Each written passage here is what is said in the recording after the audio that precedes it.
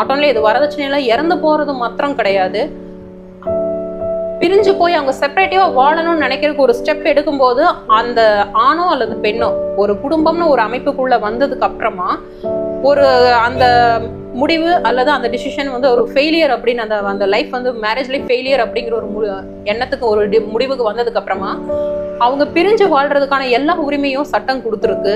ஆனா சமூகம் கொடுத்துருக்காங்க ஒரு அது ஆணாகட்டும் பெண்ணாகட்டும் ரெண்டு பேர்த்து மேலேயுமே பிரிஞ்சதுக்கு அப்புறமா அவங்க அந்த சமூகம் போடக்கூடிய அழுத்தம் அப்படிங்கிறது அது வார்த்தையில சொல்ல முடியாது.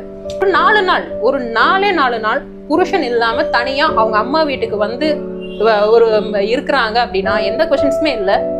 எந்த கொஸ்டின்ஸும் இல்லாம அந்த பெண்ணை வந்து அந்த வீடும் அந்த சுற்றமும் எப்படி அவங்கள ட்ரீட் பண்ணும்? என்ன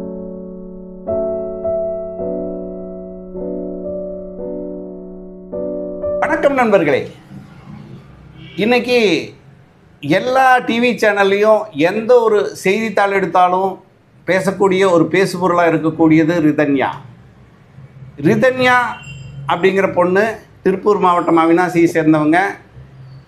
கல்யாணமாகி 78 நாளில் அவங்க தற்கொலை பண்ணிக்கிறாங்க. அது கார் ஓட்டிகிட்டு போய் காரில் தோட்டத்துக்கு விவசாயத்துக்கு பயன்படுற விஷ மருந்தை சாப்பிட்டு இறக்குறாங்க.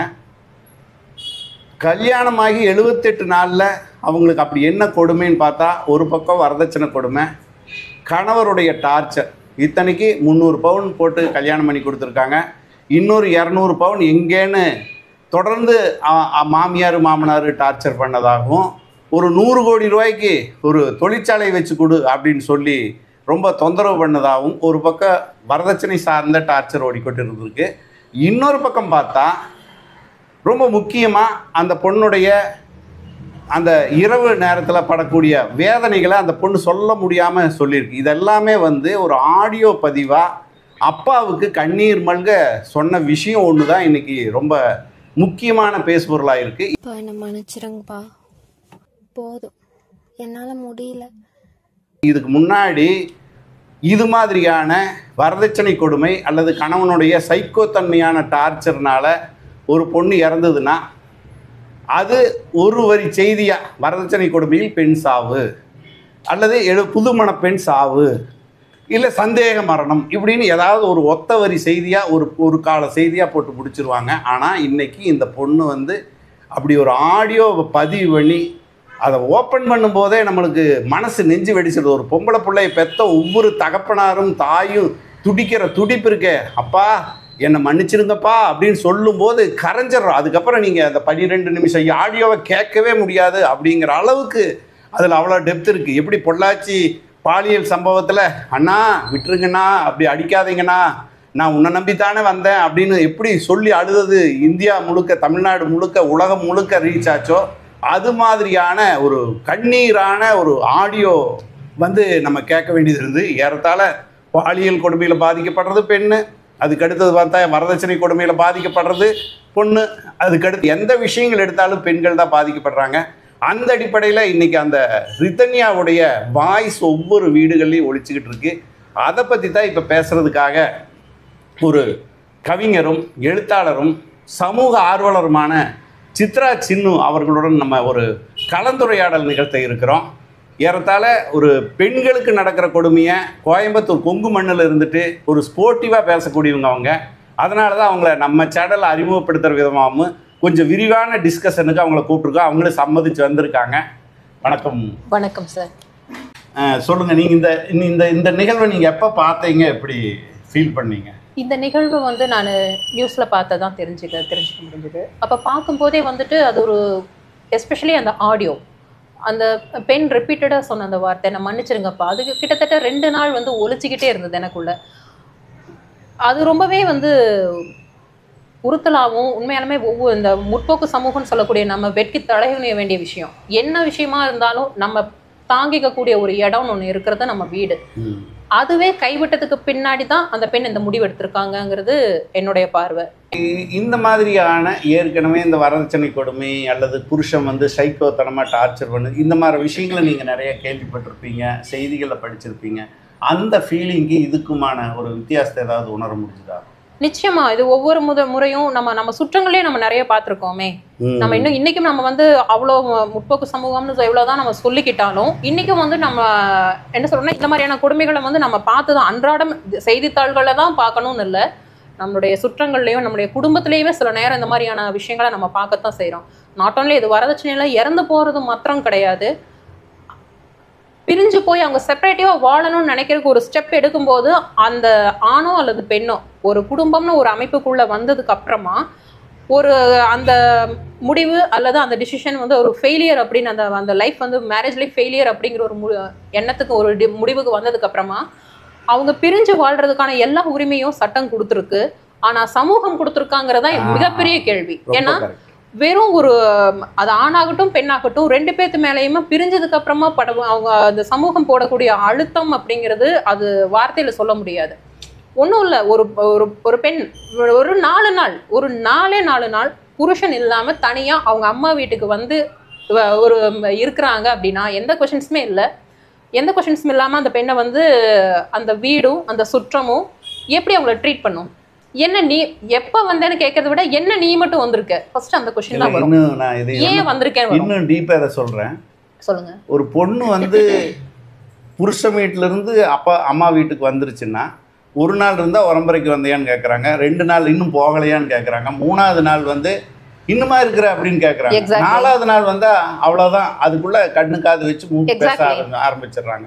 இன்னும் சொல்ல போனா இந்த தன்மை வந்து புருஷன் கூட வராம தனியா ஒரு பொண்ணு வந்ததுனாவே 1008 கேள்விங்க. அது இங்க தமிழ்நாட்டுல கொங்கு மண்டலத்துல மட்டும் இல்ல, தென் மாவட்டத்துங்களே அப்படித்தான். தனியா ஒரு பொண்ணு புருஷனை விட்டு வந்துட்டா ஏதோ பிரச்சனை. அது நம்ம என்ன பொறுத்த வரைக்கும் நான் இதை சுருக்கி நம்ம தென் மாவட்டம் வட மாவட்டம் தமிழ்நாடுன்னு பார்க்காம இது ஆல் ஓவர் இந்தியாவுடைய உட்பட்டதுன்னு தான் பார்க்கறதா நான் நினைக்கிறேன். ஏன்னா ஒரு விருந்து மருந்து 3 நாளுங்கிறத இதை வந்து வேற விதமா சொல்றதும் ஃபர்ஸ்ட் ஆஃப் ஆல் அவங்களுக்கான ஒரு ஆசுவாசத்துக்கான ஒரு பீரியட் கொடுக்கணும். ஃபர்ஸ்ட் அவங்க ஒரு ப்ரெஷர்ல அங்கேருந்து வந்திருக்காங்க அப்படின்னா அவங்க கொஞ்சம் ஆசுவாசம் ஆகணும், அவங்க அதை பத்தி கொஞ்சம் ரிலாக்ஸ் ஆகணும். அந்த ரிலாக்ஸேஷன் முடிஞ்சு அதுக்கப்புறம் என்ன பிரச்சனைன்னு கேட்கக்கூடிய பொறுமை நிதானம் இந்த என்ன சொல்றதுன்னா என்ன ஒரு பிரியம் அது என்ன இருந்தாலும் சரி அந்த பெத்தவங்களுக்கோ அந்த சுற்றத்துக்கோ கண்டிப்பா கிடையாது. எல்லாமே ஃபாஸ்ட் ஃபுட் கலாச்சாரம் மாதிரி தீர்வுகளும் ஃபாஸ்ட் ஃபுட்டாக கிடைச்சிடணுங்கிற மாதிரி அந்த ஒரு ஃபாஸ்ட் மூவ்ல தான் எல்லாரும் போறாங்களே தவிர அதனால அந்த பொண்ணோட காயம் என்ன, அதோட ஆழம் என்ன, அது என்ன மாதிரியான சிச்சுவேஷன்ல வந்திருக்குங்கிறத நம்ம யோசிக்க தவறிடுறோம் அப்படிங்கிறது ஒரு முக்கியமான விஷயம். ரொம்ப முக்கியமா இப்ப நான் என்ன பாக்குறேன்னா அந்த பொண்ணு வந்து இந்த பொண்ணு ரிதன்யான்னு நான் பேசல, ரிதன்யாக்கள் அப்படித்தான் நம்ம இதை பார்க்க வேண்டியதா இருக்கு. ரிதன்யாக்கள் வந்து ஒரு பொண்ணு வந்து நம்ம வீட்டில் அந்த நம்ம மகள் வந்து அல்லது பேத்தி வந்து யாரோ வந்து நம்ம வீட்டில் உட்காந்து அது கண்ணை கசக்கிட்டு வரும்போது தெரியுது. கண்ணை கசக்காமல் வந்தால் கூட ஏதோ பிரச்சனை, சரி தனியாக வந்திருக்கியாமா வாமா உட்காருமா சாப்பிடுமா சாப்பிட்டியா இல்லையா அப்படின்னு கேட்குறது ஒன்று, அது வெடிச்சு அழுகலாம் சொல்லலாம் அல்லது 2 நாள் ஆகலாம். இன்னைக்கு அது மாதிரியான சூழல் இல்லை. இந்த பொண்ணு போட்ட ஒரு ஆடியோ கேசட்டில் முதல் வார்த்தையிலேயே விசும்பி வெடித்து அழுதுருது. அந்த பொண்ணு அழுகிற அந்த துணியில அடுத்தது நம்ம மனசு வெடிச்சிருது. கண்டிப்பா இது வந்து ஒவ்வொரு பேரண்ட்ஸுக்கும் இருக்கு. அப்போ இந்த அளவுக்கு வந்து சமூக வலைத்தளங்களும் சரி நம்மளுடைய தொழில்நுட்பங்களும் வளர்ந்த பின்னாடி ஒரு செகண்ட்ல ஒரு பொண்ணுடைய மனசை புரிஞ்சுக்கிறதுக்கான அத்தனை வாய்ப்புகள் கிடைச்சிருக்கு. இந்த நேரத்தில் கூட பேரண்ட்ஸ் வந்து அட்ஜஸ்ட் பண்ணிட்டு இரு, இப்படி வாழ்ந்துக்க, நீ இத்தனை செலவு பண்ணி உன்னை கல்யாணம் பண்ணி, இன்னும் சொல்லப்போனால் இவங்க வந்து கடன் பண்ணி உடன் பண்ணி செலவு பண்ணி அது பண்ணுறதே ஐயோ அப்பா அம்மாவும் வந்து இவ்வளோ பண்ணுறாங்க நம்ம எப்படி வாழணும் அப்படின்னு அதுக்குள்ளே ஒரு பிரம்மை அது பிடிச்ச மாதிரி இருக்குது. அங்கே போய் அது பார்க்கும்போது அப்படியே சடனாக வேறு மாதிரி இருக்கும்போது அது மனசளவில் தொஞ்சு எடுப்புலையே ஐயோ அப்பா அம்மா இவ்வளோ செலவு பண்ணி இவ்வளோ கஷ்டப்பட்டு நம்மளை கொண்டு வந்து இங்கே அனுப்பிச்சுட்ருக்காங்க, நம்ம அவங்களுக்கு மனங்கோணாமல் இருக்கணுங்கிற ஒரு மைனஸ் முதல்லையே அதுக்கு படிஞ்சிருது. அப்புறம் அது செட் ஆகிறது இருக்குது பாருங்கள் அந்த வீட்டில், அது பெரும்பாடாக இருக்குது. அப்போ இந்த முதல்ல வந்து இந்த பொருளாதாரம் அப்படிங்கிறதுல வரதட்சணை கொடுக்கறது நகை நட்டு போடுறது இந்த விஷயங்களெல்லாம் ஒதுக்கி வச்சாலுடைய இந்த பெண்களுக்கான விடுதலைங்கிறது சாத்தியம் இல்லைன்னு எனக்கு தோணுது. உங்களுக்கு எப்படி தோணுது? வாஸ்தவமான பேச்சு. இது வரதட்சணை அப்படிங்கிற ஒரு விஷயத்தோட மட்டும் நான் பார்க்க விரும்பலை. ஏன்னா இப்போ பெண்களுக்கு வந்துட்டு அந்த ஆறுதல் அப்படிங்கிற இடம் வந்து எதுவும் east or west home is best. அந்த தன்னை தாங்கிறதுக்கு ஒரு இடம் வேணுங்கிற ஒரு இது இருக்கணும். தன்னுடைய ஃபீலிங் இத்தனை வருஷமா 20 வருஷம் 25 வருஷமா ஒரு பெண்ணுக்கு கல்யாணம் பண்ற வயசுல அந்த 25 வருஷமா தன்னை தாங்கி தன்னுடைய எல்லா விஷயங்களையும் நல்லது கெட்டது எல்லா நேரத்துலையும் கூட இருந்த குடும்பம் அதே மாதிரியான சப்போர்ட்டோட அதே மாதிரியான ஒரு ஸ்பேஸ் நம்மளுக்கு கல்யாணத்துக்கு அப்புறமும் கொடுக்கும் அப்படின்னு அந்த எந்த ஒரு பெண் வந்தாலும் நம்பணும். ஆனால் அந்த விஷயம் வந்து கல்யாணம் இப்போ நிறைய பெற்றவங்களை தான் நான் குறை சொல்லுவேன். ஏன்னா நிறைய பேரண்ட்ஸோட மென்டாலிட்டி எப்படின்னா, கல்யாணம் முடிஞ்சது, எங்கள் கடமை முடிஞ்சது, ஃபர்ஸ்ட் வார்த்தை இது வரும். ஃபர்ஸ்ட் வார்த்தை வரும் கண்டிப்பா. இது வந்து என்ன, இத்தனைக்கும் பேரண்ட்ஸே நல்ல வெல் எஜுகேட்டடாக இருந்தாலும் நல்ல ஒரு ரெசிக்னேஷன்ல ஒரு கவர்மெண்ட் அஃபீஷியலாக இருக்க பேரண்ட்ஸ் கிட்ட இருந்தும் இந்த மாதிரியான வார்த்தைகள் வரதை நான் ரொம்ப சகஜமா பார்த்துருக்கேன். எங்க சுற்றத்துக்கிட்ட கல்யாணம் முடிஞ்சது, எங்க கடமை முடிஞ்சது. இப்போ அவங்களுடைய அல்டிமேட் கோல் அப்படிங்க வந்து ஒரு கல்யாணங்கிறத வச்சுதான் வந்து அந்த பெண் அல்லது பையனை வளர்த்துறாங்க. இது எப்படி சொல்லலாம், வாழ்க்கையில் செட்டில் ஆகிட்டியா அப்படின்னு கேட்கறது பெண்ணுக்கு ஆணுக்கு சகஜமாக இருக்குது. செட்டில் ஆகுறதுனா என்ன அப்படின்னு ஒரு கேள்வி. செட்டில் ஆகுற இல்லை, இது வந்து செட்டில் வந்து ஆணுக்கும் பெண்ணுக்கும் வெவ்வேறு விதமாக இருக்குது. செட்டில் ஆகுறதுனா ஆணுக்கு வந்து ஒரு தொழில் கிடச்சிருச்சா, படிச்சிட்டியா, தொழில் கிடச்சிருச்சா, நல்ல சம்பளம் வாங்குறியா, வீடு கட்டிட்டியா, கல்யாணம் ஆகிட்டியா, ஓ பரவாயில்ல செட்டில் ஆகி. செட்டில்மென்ட்கான ஸ்கேல்ஸ் மாறிட்டே இருக்கும். ஆனா பெண்களுக்கு வந்து கல்யாணம் ஆனா செட்டில் ஆனதா கணக்கு பண்றாங்க. அஃப்கோர்ஸ் ஏன்னா ஆண்களுக்கு இருக்கக்கூடிய இந்த ஸ்கேல்ஸ் வந்து பலவிதமான ஸ்கேல்ஸ், பெண்களுக்கு வந்து ஒரே ஸ்கேலோட நின்றோம். அதாவது கல்யாணம் ஆகிறது தான் செட்டில்மெண்ட் அப்படிங்கிற ஒரு இதுல வந்துடும். ஸோ இப்போ அந்த இத்தனை வருஷம் 25 வருஷமா தன்னை தாங்கின குடும்பம் மறுபடியும் வந்து நம்ம ஒரு சிக்கல்ல வந்து இது வந்து கொஞ்சம் எப்படி சொல்றதுன்னா, ரொம்ப அதீதமான ஒரு மன உளைச்சல் இருக்கும்போது தன்னை தாங்கும்னு நினைச்ச அந்த பெண் சொல்லுது. அந்த ஆடியோல முக்கியமா நான் வந்து நோட் பண்ண விஷயம் என்னன்னா, வாழ்க்கைனா இப்படிதான் இருக்கும்னு எல்லாரும் ரிப்பீட்டடா இதே சொல்றீங்க, எனக்கு இந்த வாழ்க்கை பிடிக்கல, எனக்கு இது வேண்டாம் அப்படின்னு கதறி அழுது அந்த பெண். அப்போ கல்யாணமான 15 நாள்லயே தொடங்கின அந்த பிரச்சனை ரிப்பீட்டடா போகும்போது இது மேலும் மேலும் மேலும் லேயர்ஸா போகும்போது அந்த அந்த அந்த பொண்ணை வந்து அப்படியே அழுத்திருச்சு, க்ரஷ் பண்ணிடுச்சு. ஸோ எல்லா இடத்துலையுமே இது தனி, அதாவது அதுக்கும் முன்ன வரைக்கும், கல்யாணத்துக்கு முன்ன வரைக்கும் நாங்கள் பொண்ணை வந்து பொத்தி பொத்தி பார்த்துக்கிட்டோம், அப்படி பார்த்தோம் இப்படி பார்த்தோம்னு சொல்லி இந்த பெருமை அடிக்கிற ஃபேமிலியை பார்த்தா ரொம்ப கோபம் வருது. சுயமாக ஒரு முடிவெடுக்க தெரியாத ஒரு பொம்மையை வளர்த்து வச்சுட்டு ஒரு எந்த ஒரு இதுவுமே இல்லாம, எந்த ஒரு வெளி உலகமே காமிக்கல, நீ வெளி உலகத்தையே நீ காமிக்கல, திடீர்னு கொண்டு வந்து பரான்னு தூக்கி போட்டுட்டு திரும்பி போற மாதிரியான ஒரு விஷயத்தை தான் இந்த பெத்தவங்க பண்ணிட்டு இருக்காங்க. நீங்க சோ கால்டு பாசத்தை எல்லாம் ஒதுக்கி வச்சுட்டு ப்ராக்டிக்கல் லைஃப்ல ஒரு பிரச்சனைன்னு வந்தா அதை ஃபேஸ் பண்ணக்கூடிய மென்டல் ஸ்டெபிலிட்டியை வந்து பெண்களுக்கு கொடுக்கறதே கிடையாது. இந்த விஷயம் இந்த பாயிண்ட் வந்து சில நேரம் ஆண்களுக்கும் பொருந்தது. ஏன்னா ரொம்பவே அவங்க பேம்பர் பண்ணி வளர்த்தப்படுற குழந்தைங்க, அந்த பெண்ணா இருந்தாலும் சரி ஆணா இருந்தாலும் சரி, ஒரு பிரச்சனைன்னு வந்துச்சுன்னா அதை ஃபேஸ் பண்ண தெரியறது இல்லை. ஏன்னா அவங்களுடைய கெப்பாசிட்டியே அவ்வளவுதான். ஏன்னா அதுக்கு முன்ன வரைக்கும் எல்லாத்தையுமே கூட நின்று பார்த்த ஃபேமிலி நம்மளுக்கு ஒரு சிக்கல்ல இருக்கும்போது அவங்களும் வருவாங்க அப்படின்னு அது நினைக்கும் போது, நோ எங்க முடிஞ்சது, எங்க கல்யாணம் முடிஞ்சது, எங்க கடமை முடிஞ்சது, just go with your life அப்படின்னு சொல்லும் போது அவங்களுக்கு அதை ஹேண்டில் பண்ண தெரியறது இல்லை. அது வரைக்குமே எல்லாருமே சப்போர்ட் பண்ணிட்டு இருந்த இடத்துல, அதாவது பயின்ட்டு இருக்கிற குழந்தைய கீழே விழுந்து எழுதணும்னு விட்டுறணும். அது வரைக்கும் எல்லாமே பிடிச்சு நடக்க வச்சுட்டு திடீர்னு இன்னைக்கு நீயே தான் நடக்கணும் அப்படின்னு எல்லாரும் விட்டுட்டு போகும்போது அது அந்த நேரம் அதுக்கப்புறமா கீழே விழும்போது ரொம்ப மோசமா அடிபடும். அந்த மாதிரிதான் இன்னைக்கு பேரண்ட்ஸ் வந்து தன் குழந்தைகளை வளர்த்துட்டு இருக்காங்கன்னு நான் ஃபீல் பண்றேன். அது இன்னைக்கு ஒரு 40 வருஷத்துக்கு முன்னாடி பார்த்தீங்கன்னா இதை வந்து நம்ம வாழ்வியல் முறை மாறி வரக்கூடிய தன்மையிலிருந்து நான் பார்க்கணும்னு நினைக்கிறேன். எப்படியான வாழ்வியல் முறை மாறி இருக்குன்னா, இப்போ ஒரு 60 வருஷத்துக்கு முன்னாடி பார்த்தீங்கன்னா ஒரு வீட்டில் 5 குழந்தைங்க இருக்குது. அதில் 2 பொண்ணுங்க 3 பொண்ணுங்க இருக்குது, 2 பசங்க இருக்கும். ஒன்று வந்து இன்னொன்று மேலே பழி சொல்லிச்சுன்னா உடனே அதுக்கு ஒரு அடி விழுகு, இது சொல்லிச்சுன்னா இன்னொரு அடி விழுகு, எல்லாத்துக்கும் சேர்த்து ஒரு மூலையில் உட்கார வைப்பாங்க. எங்காவது போனால் கூட அவங்கள வந்து கட்டுப்பட்டியெல்லாம் பண்ண மாட்டாங்க, போன்னு அனுப்பிச்சிடுவாங்க. ஏன்னா ஒன்றுங்கிறது 5 உருப்படி இருக்குது, 6 உருப்படி வச்சு வளர்த்தணும், பள்ளிக்கூடம் அனுப்பணும். ஒன்றை காட்டு வேலைக்கு போடுவாங்க, ஒன்று வீட்டு வேலைக்கு போடுவாங்க, ஒன்றை பள்ளிக்கூடம் அனுப்புவாங்க. 5 உருப்படியில் 1 மட்டும் படிக்கும். இப்படியான ஒரு 5 குழந்தை 8 குழந்தை வச்சுருந்த சமூகம் இன்றைக்கி வந்து எல்லாமே 2 1ங்கிற அளவில் மாறிடுச்சு. அதனால் 2 1ங்கிறது மாறினோன்னே இந்த 1 மட்டுமே நம்ம பொத்தி பாதுகாத்தோம்னா தான் நம்மளுக்கு எல்லாமே வரும் அப்படிங்கிற ஒரு மனநிலை பேரண்ட்ஸுக்கிட்ட வந்துருச்சு.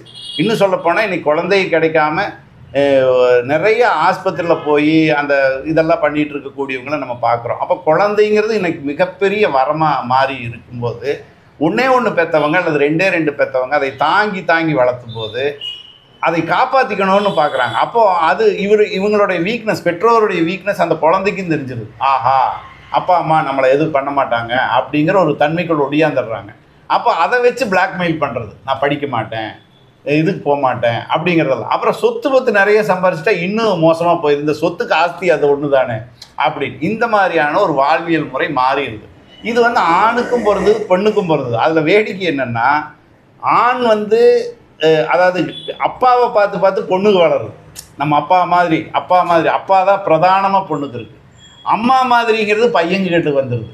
எங்கள் அம்மாவை மீறி ஒன்றும் பண்ணக்கூடாது அப்படிங்கிற நிலையில் அவங்க நிற்கிறாங்க. இந்த பக்கம் பார்த்தா பொண்ணுங்க என்ன பண்ணாலும் எங்கள் அப்பாவாட்ட வராது. ஒரு கல்யாணம் பண்ணி போன பொண்ணு உடனடியாக அங்கே என்ன பேசுதுன்னா, அப்பாவையோ அம்மாவையோ சொல்லிட்டா, பிறந்தவனையோ சொல்லிட்டா அதுக்கு ரௌத்திரம் வந்துடுது. அதே மாதிரி இவங்க வீட்லேயும் அப்படித்தான், உங்கள் வீட்டில் மட்டும் வாழுதா அப்படின்னு சொல்லிட்டு இவனுக்கு ரௌத்திரம், எங்கள் அம்மாவை விட ஒன்று கிடையாது அப்படின்னு. இப்போ பெரும்பாலான மனமுறிவுகள் இந்த பெற்றோர்களை மையமாக வச்சே தான் மனமுறிவுகள் நடந்துக்கிட்டு இருக்கு. இப்போ நீங்கள் இதில் பார்த்தீங்கன்னா, இந்த பேரண்ட்ஸ் வந்து இந்த கல்யாணம் பண்ணணுன்னா அதுகளை தனிச்சு ஒரு நிம்மதியாக வாழ்க்கை வாழ விடுறதே இல்லைன்னு தான் தோணுது. இது உண்மைதான். ஏன்னா அதுக்கு காரணம் என்னன்னா, அவங்களுடைய ஓவர் பேம்பரிங் தான். இப்போ ஓவராக நம்ம பேம்பர் பண்ணி வளர்த்துட்டோம், ஒரு டிசிஷனாக எடுக்க தெரியலை. அதாவது ஒரு சிம்பிள் ஒரு ட்ரெஸ் இருக்கிறதுக்கு போனால் ஒவ்வொருத்தரும் எவ்வளோ நேரம் எடுத்துக்கிறாங்க அப்படிங்கிறதுலே தெரிஞ்சிடும். அவங்களோட சூஸிங், அவங்க ரொம்ப சூஸியாக இருக்காங்கன்னு சொல்ல முடியாது. என்னை பொறுத்த வரைக்கும் அவங்கள குழப்ப குவியல் அவ்வளோதான். என்னை பொறுத்த வரைக்கும் கண்டிப்பாக அது குழப்ப குவியல். இப்போ நம்ம ஒரு ட்ரெஸ் எடுக்க போகிறோம், ஒரு நம்மளுடைய ஸ்கேல் என்னன்னு தெரியும், நம்ம என்ன அமௌண்ட்ல வாங்க போறோம்னு தெரியும், என்ன கலர்ஸ் நமக்கு பிடிக்கும்னு. இத்தனைக்கு சூஸிங் கூட நம்ம கையில தான் இருக்குது. 10 விஷயத்த கண்ணு முன்னாடி வச்சா நம்மளாலேயே அவ்வளோ சீக்கிரம் அதை சூஸ் பண்ணிக்க தெரியல. இதை வந்து நான் இதை வந்து என்ன சொல்றேன்னா, இதை ஒரு பெருமையாக சொல்லிக்கிறாங்க. பட் நான் அதை குறைபாடாக தான் பார்ப்பேன். நான் அதையே உன்னால் சூஸ் பண்ணிக்க தெரியல அப்படிங்கும்போது, சின்ன விஷயம் அதையே பண்ணிக்க தெரியல, நீ எப்படி பெரிய விஷயங்களை ஃபேமிலியில் வாழ்க்கையில் நீ ஃபேஸ் பண்ணுவ முடியாது. இப்போ எல்லாத்துக்குமே இன்னொரு விஷயம் என்னன்னா, மனமுறிவுகள் ஏற்படுறதுக்கு பெற்றவங்க காரணம் அப்படிங்கிறதோட பாயிண்ட். அதோடைய நுவான்ஸ் என்னன்னா, 2 ஃபேமிலியோட ஈகோ தான் அங்கே விளையாடுதே தவிர, அதாவது உன்னோட ஈகோ பெருசா என்னோட ஈகோ பெருசா, அங்கதான் அதுதான் அவங்களோட கிளாஷ் ஆகுது. அது அந்த கல்யாணம் பண்ண அந்த நியூ கப்பிள்ஸ் மேல விழுந்து அவங்கள வந்து அவங்களோட லைஃப் வாழ விடாத விஷயத்துல கூட, ரித்தன்யா விஷயத்துல கூட அவங்க 2 பேர் குடும்பம், அவங்க ஒரு பெரிய இடம்னு பார்த்து நான் கொடுத்தேன்னு இவங்க சொல்றாங்க. இவங்களும் பெரிய இடத்துக்கு தகுந்த மாதிரி சீர் செய்யறாங்கன்னு அவங்களும் கொடுத்துருக்காங்க. இதெல்லாமே பார்த்தீங்கன்னா நாங்கள் பெருசுங்கிற நினப்பு தான். ஃபர்ஸ்ட் திங், குழந்தைங்கள டெசிஷன் எடுக்க விடுறது இல்லை. சரியோ தப்போ ஒரு ரெண்டு விஷயம் அவங்கள எடுக்க சொல்லி பார்த்துட்டு அதை சரி பண்ணி தரணும் அப்படிங்கிற பொறுப்பு வேணும். கிடையாது உனக்காக நான் பண்ணுறேன்னு ஒவ்வொரு இடத்துலையும் ஒரு வயசுக்கு மேலே குழந்தைங்க கையை பிடிச்சி நம்ம இன்னும் விளம்பி எழுதி கொடுத்துட்டு இருக்க முடியாது இல்லையா? சின்ன குழந்தை 2.5 வயசு குழந்தை, அதுக்கு ஆ போட தெரியாது, ஸ்லைட்ல நம்ம கை பிடிச்சி எழுதி வைப்போம். அதே மாதிரி கையை பிடிச்சிட்டே லைஃப் லாங் போகணும்னு பேரண்ட்ஸ் நினைக்கிறதான் பிரச்சனைங்க. டெசிஷனை குழந்தைங்களை எடுக்க விடணும், அது எடுக்க தெரியறது இல்லை. அந்த சுயத்தை வளர்த்துக்க அவங்க ஸ்பேஸ் கொடுக்கவே இல்லை. இது ஆணாகட்டும் பெண்ணாகட்டும் 2 பேர்த்துக்குமே போகும். இதே விஷயத்துல ரித்தன்யா நல்லா படிச்சவங்க, காரோட தெரியும், கார்ல போய் தான் சூசைடை பண்ணியிருக்காங்க, அவங்களே ஓட்டிட்டு போய் அப்படிங்கிற விஷயங்கள்லாம் சுட்டி காட்டுறாங்க. இன்னும் சொல்லப்போனால் படிப்பு, இந்த கல்வி வந்து இவங்களை இன்னைக்கு ஒரு மோல்டு பண்ணி வச்சிருக்குது. இந்த கல்வி வந்து ஒரு தற்கொலைக்கு போகக்கூடிய அளவில் ஒரு மனநிலையை வளர்க்கறதுக்கு தான் இந்த கல்வி பயன்படுது அப்படிங்கிற இல்லை. இதை நான் முழுமையாக மறுப்பேன். இது அப்படி கிடையாது. இது கல்வியை வந்து பொறுத்து தான் அவங்களுடைய கான்ஃபிடென்ட் அப்படிங்கிறது கிடையாது. அப்போது IAS IPS தற்கொலை பண்ணிக்கிறத நம்ம பார்க்குறோம். IAS IPS உருவாக்குற அகாடமிக்ஸில் வச்சிருக்கக்கூடிய சில பர்சன்ஸ் வந்து புற சூழலால், அழுத்தத்தால், ஏதோ ஒரு காரணத்தினால தற்கொலை பண்ணிக்கிறத பார்க்குறோம். அது வேற.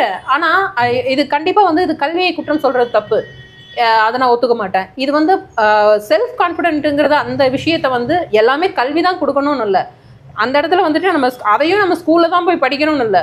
காமன் சென்ஸுக்கும் ஒரு என்ன சொல்றதுன்னா அடிப்படையான ஒழுக்கம், இது எல்லாத்துக்குமே வந்து வேரியேஷன்ஸ் அதிகம். அதாவது அந்த 2மே ரொம்ப சின்ன நூல் தான். இயல்பான ஒரு விஷயத்த ஒழுக்கத்துல கொண்டு வர விஷயத்துக்கும் வேறுபாடு அதிகம். 2க்குமே ரொம்ப ரொம்ப வேறுபாடு இருக்கு. அதுதான் இடைவெளி. இப்போ ஒரு இடத்துல குப்பை போடக்கூடாது அப்படிங்கிறது காமன் சென்ஸ். அதையும் இன்னொருத்தன் சொல்லி தான் கொடுக்கணும். அதை நீ சட்டத்தின் மூலமா தான் கொண்டு வரணும்னு நினைக்கிறது என்னை பொறுத்த வரைக்கும் பைத்தியக்காரத்தனம். ஒரு சின்ன விஷயத்த கூட வந்து அந்த இதுல கொண்டு போறது இந்த காமன் சென்ஸ்ங்கிற விஷயத்துல நீங்க அந்த காலத்துல வாத்தியார் அடிச்சா அந்த மூக்கு கண்ணு எல்லாம் விட்டுட்டு 4 சாத்தி பையனை படிக்க வைங்கன்னு சொல்ற பெற்றோர்களை பார்த்தோம்.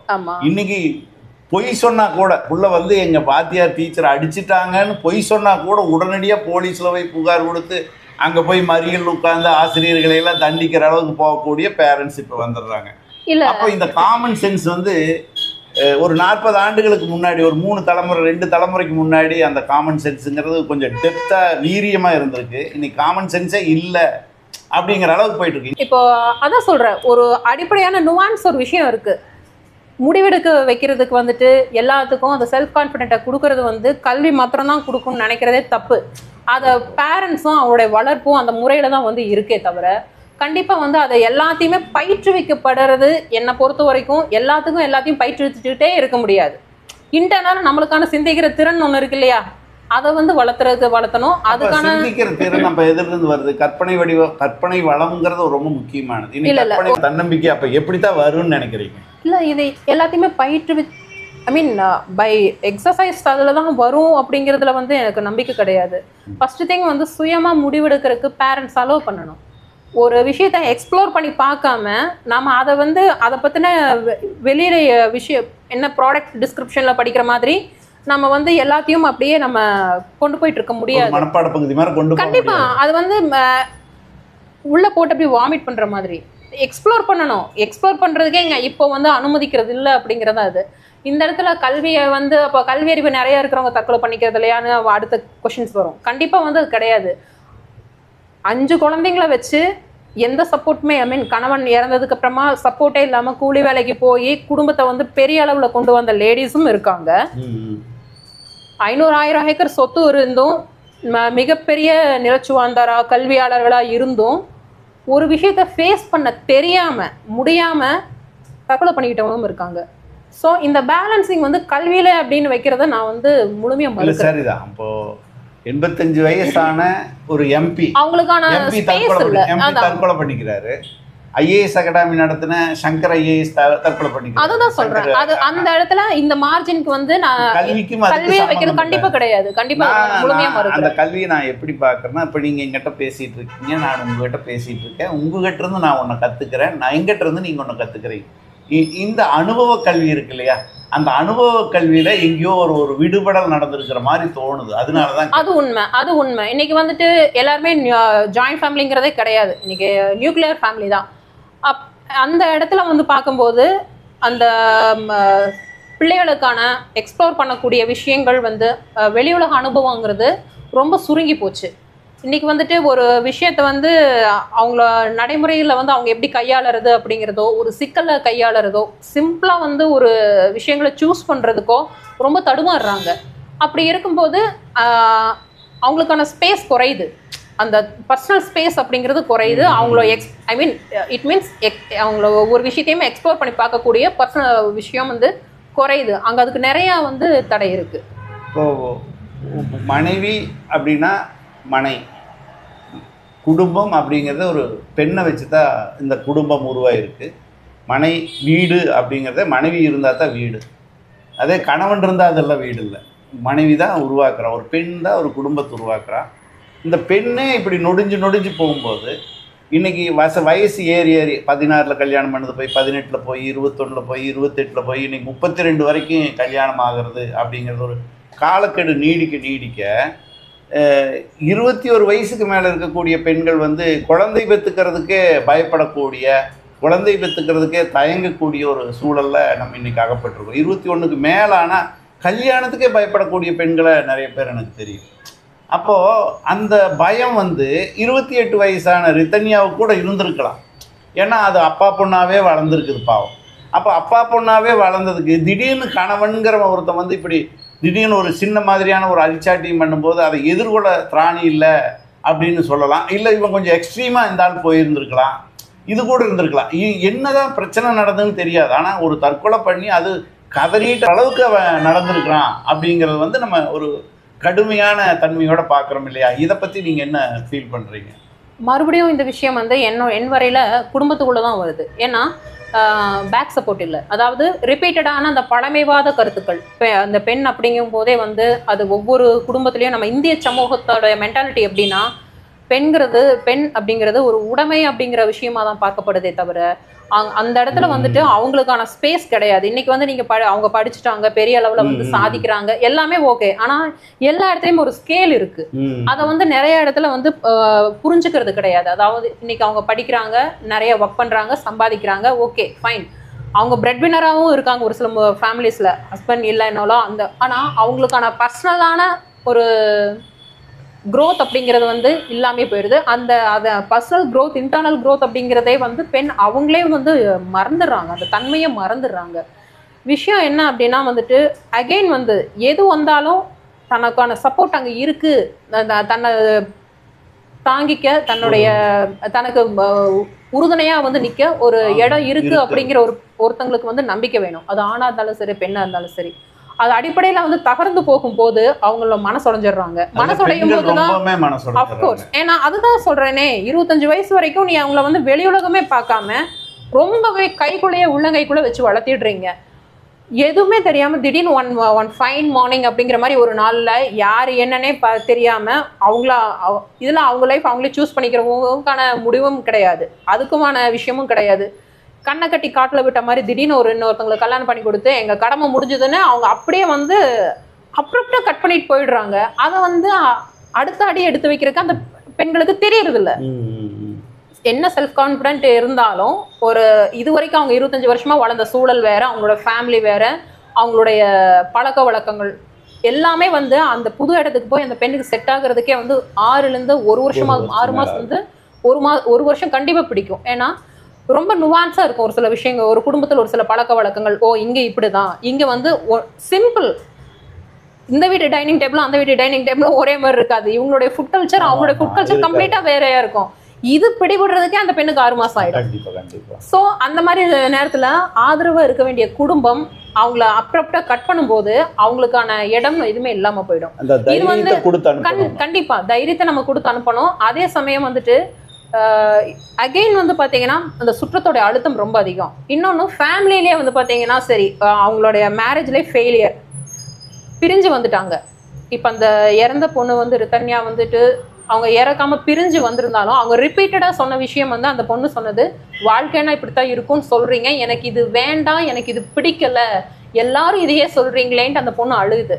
ஸோ அங்கே நம்ம என்ன புரிஞ்சுக்கிறோம் அப்படின்னா, பெரியவங்க எல்லாரும் ரிப்பீட்டடாக அதையே சொல்லியிருக்காங்க. அந்த பொண்ணு செக்ஷுவலாக ஹராஸ் பண்ணியிருக்காங்க, மென்டலி வந்து மாமனார் மாமியார் அந்த பெண்ணை டார்ச்சர் பண்ணியிருக்காங்க. அத்தனையும் அந்த பெண்ணால வந்து ஓப்பனா சொல்ல முடியல. ஏன்னா சொல்றதுக்கான ஸ்பேஸ் கூட பெற்றவங்க கிட்ட இல்லை, அந்த ஃபேமிலியில இல்லை. நீ அந்த இடத்துல ரிப்பீட்டடா அவங்க சொன்னது, அவங்க சொல்றதுக்கு முக்கியமான காரணம் என்னன்னா கௌரவம்.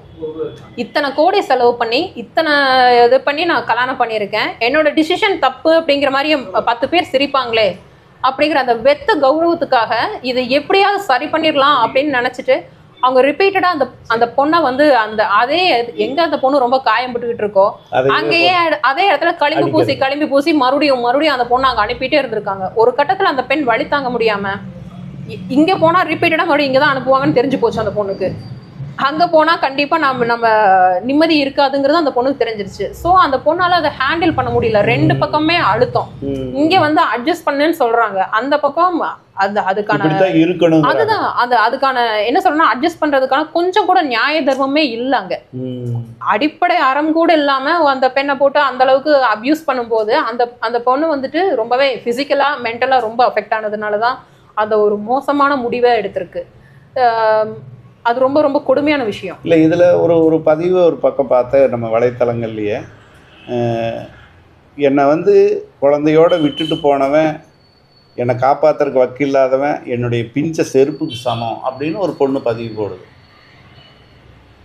கடக்குன்னு கமெண்ட்ஸில் விழுகுது, ஆமாம் என்னையும் விட்டுட்டு போயிட்டான், இது நம்ம பிஞ்ச செருப்பை விட மோசமானவன் அப்படியெல்லாம் கமெண்ட்ஸ் வரும். அப்போது ஒரு பொண்ணோட வழியை பகிரும்போது மட்டும்தான் ஒரு ஆயிரக்கணக்கான லட்சக்கணக்கான பெண்களுடைய வழி வெளிப்படுது. அது இந்த சமூக வலைத்தளங்கள் வந்தங்காட்டி இந்த ஊடகம் மூலமாக வெளிப்படுது. ஏறத்தாழ ரிதன்யாவுக்கான விஷயம் கூட அந்த பொண்ணு தற்கொலை பண்ணி அதோட ஆடியோ வந்து வெளியிட்டதன் மூலமாக தான் அத்தனை பெண்களுக்குள்ள ஒரு விழிப்புணர்வு வந்து எல்லாருக்குமே தனக்கு நடந்த ஃபீலிங் வந்துருச்சுன்னு அந்த அந்த ஃபீலிங்கோட தான் எல்லாம் பேசுகிறாங்கன்னு தோணும். அப்போ இங்கே வந்து பெண்கள் பூரா ரிதன்யா ஸ்டேஜில் தான் இருக்காங்கங்கிற ஒரு இதுவும் தோணுது இல்லையா? இல்லை, இதை அப்படி எடுத்துக்க முடியாது. இது வந்து அவங்களுக்கான ஒரு சின்ன ஒரு எப்படி சொல்றேன்னா, இது ஆசுவாசம்னு கூட சொல்ல முடியாது, அந்த வார்த்தை தப்பு. அவங்களுக்கான ஒரு சின்ன ஒரு வெளிப்படுத்தக்கூடிய ஒரு இடம், வெளிப்படுத்தக்கூடிய வாய்ப்பு, ஒரு சின்ன ஒரு விஷயம். நான் பிரச்சனைகள் இருக்கிறேன்னு ஒரு சின்ன சைகை காமிக்கிற மாதிரி, அது ஒரு சின்ன ஒரு வேக்கப் கால் மாதிரி, ஒரு சமூகத்துக்கான ஒரு சின்ன வேக்கப் கால் தான் அது.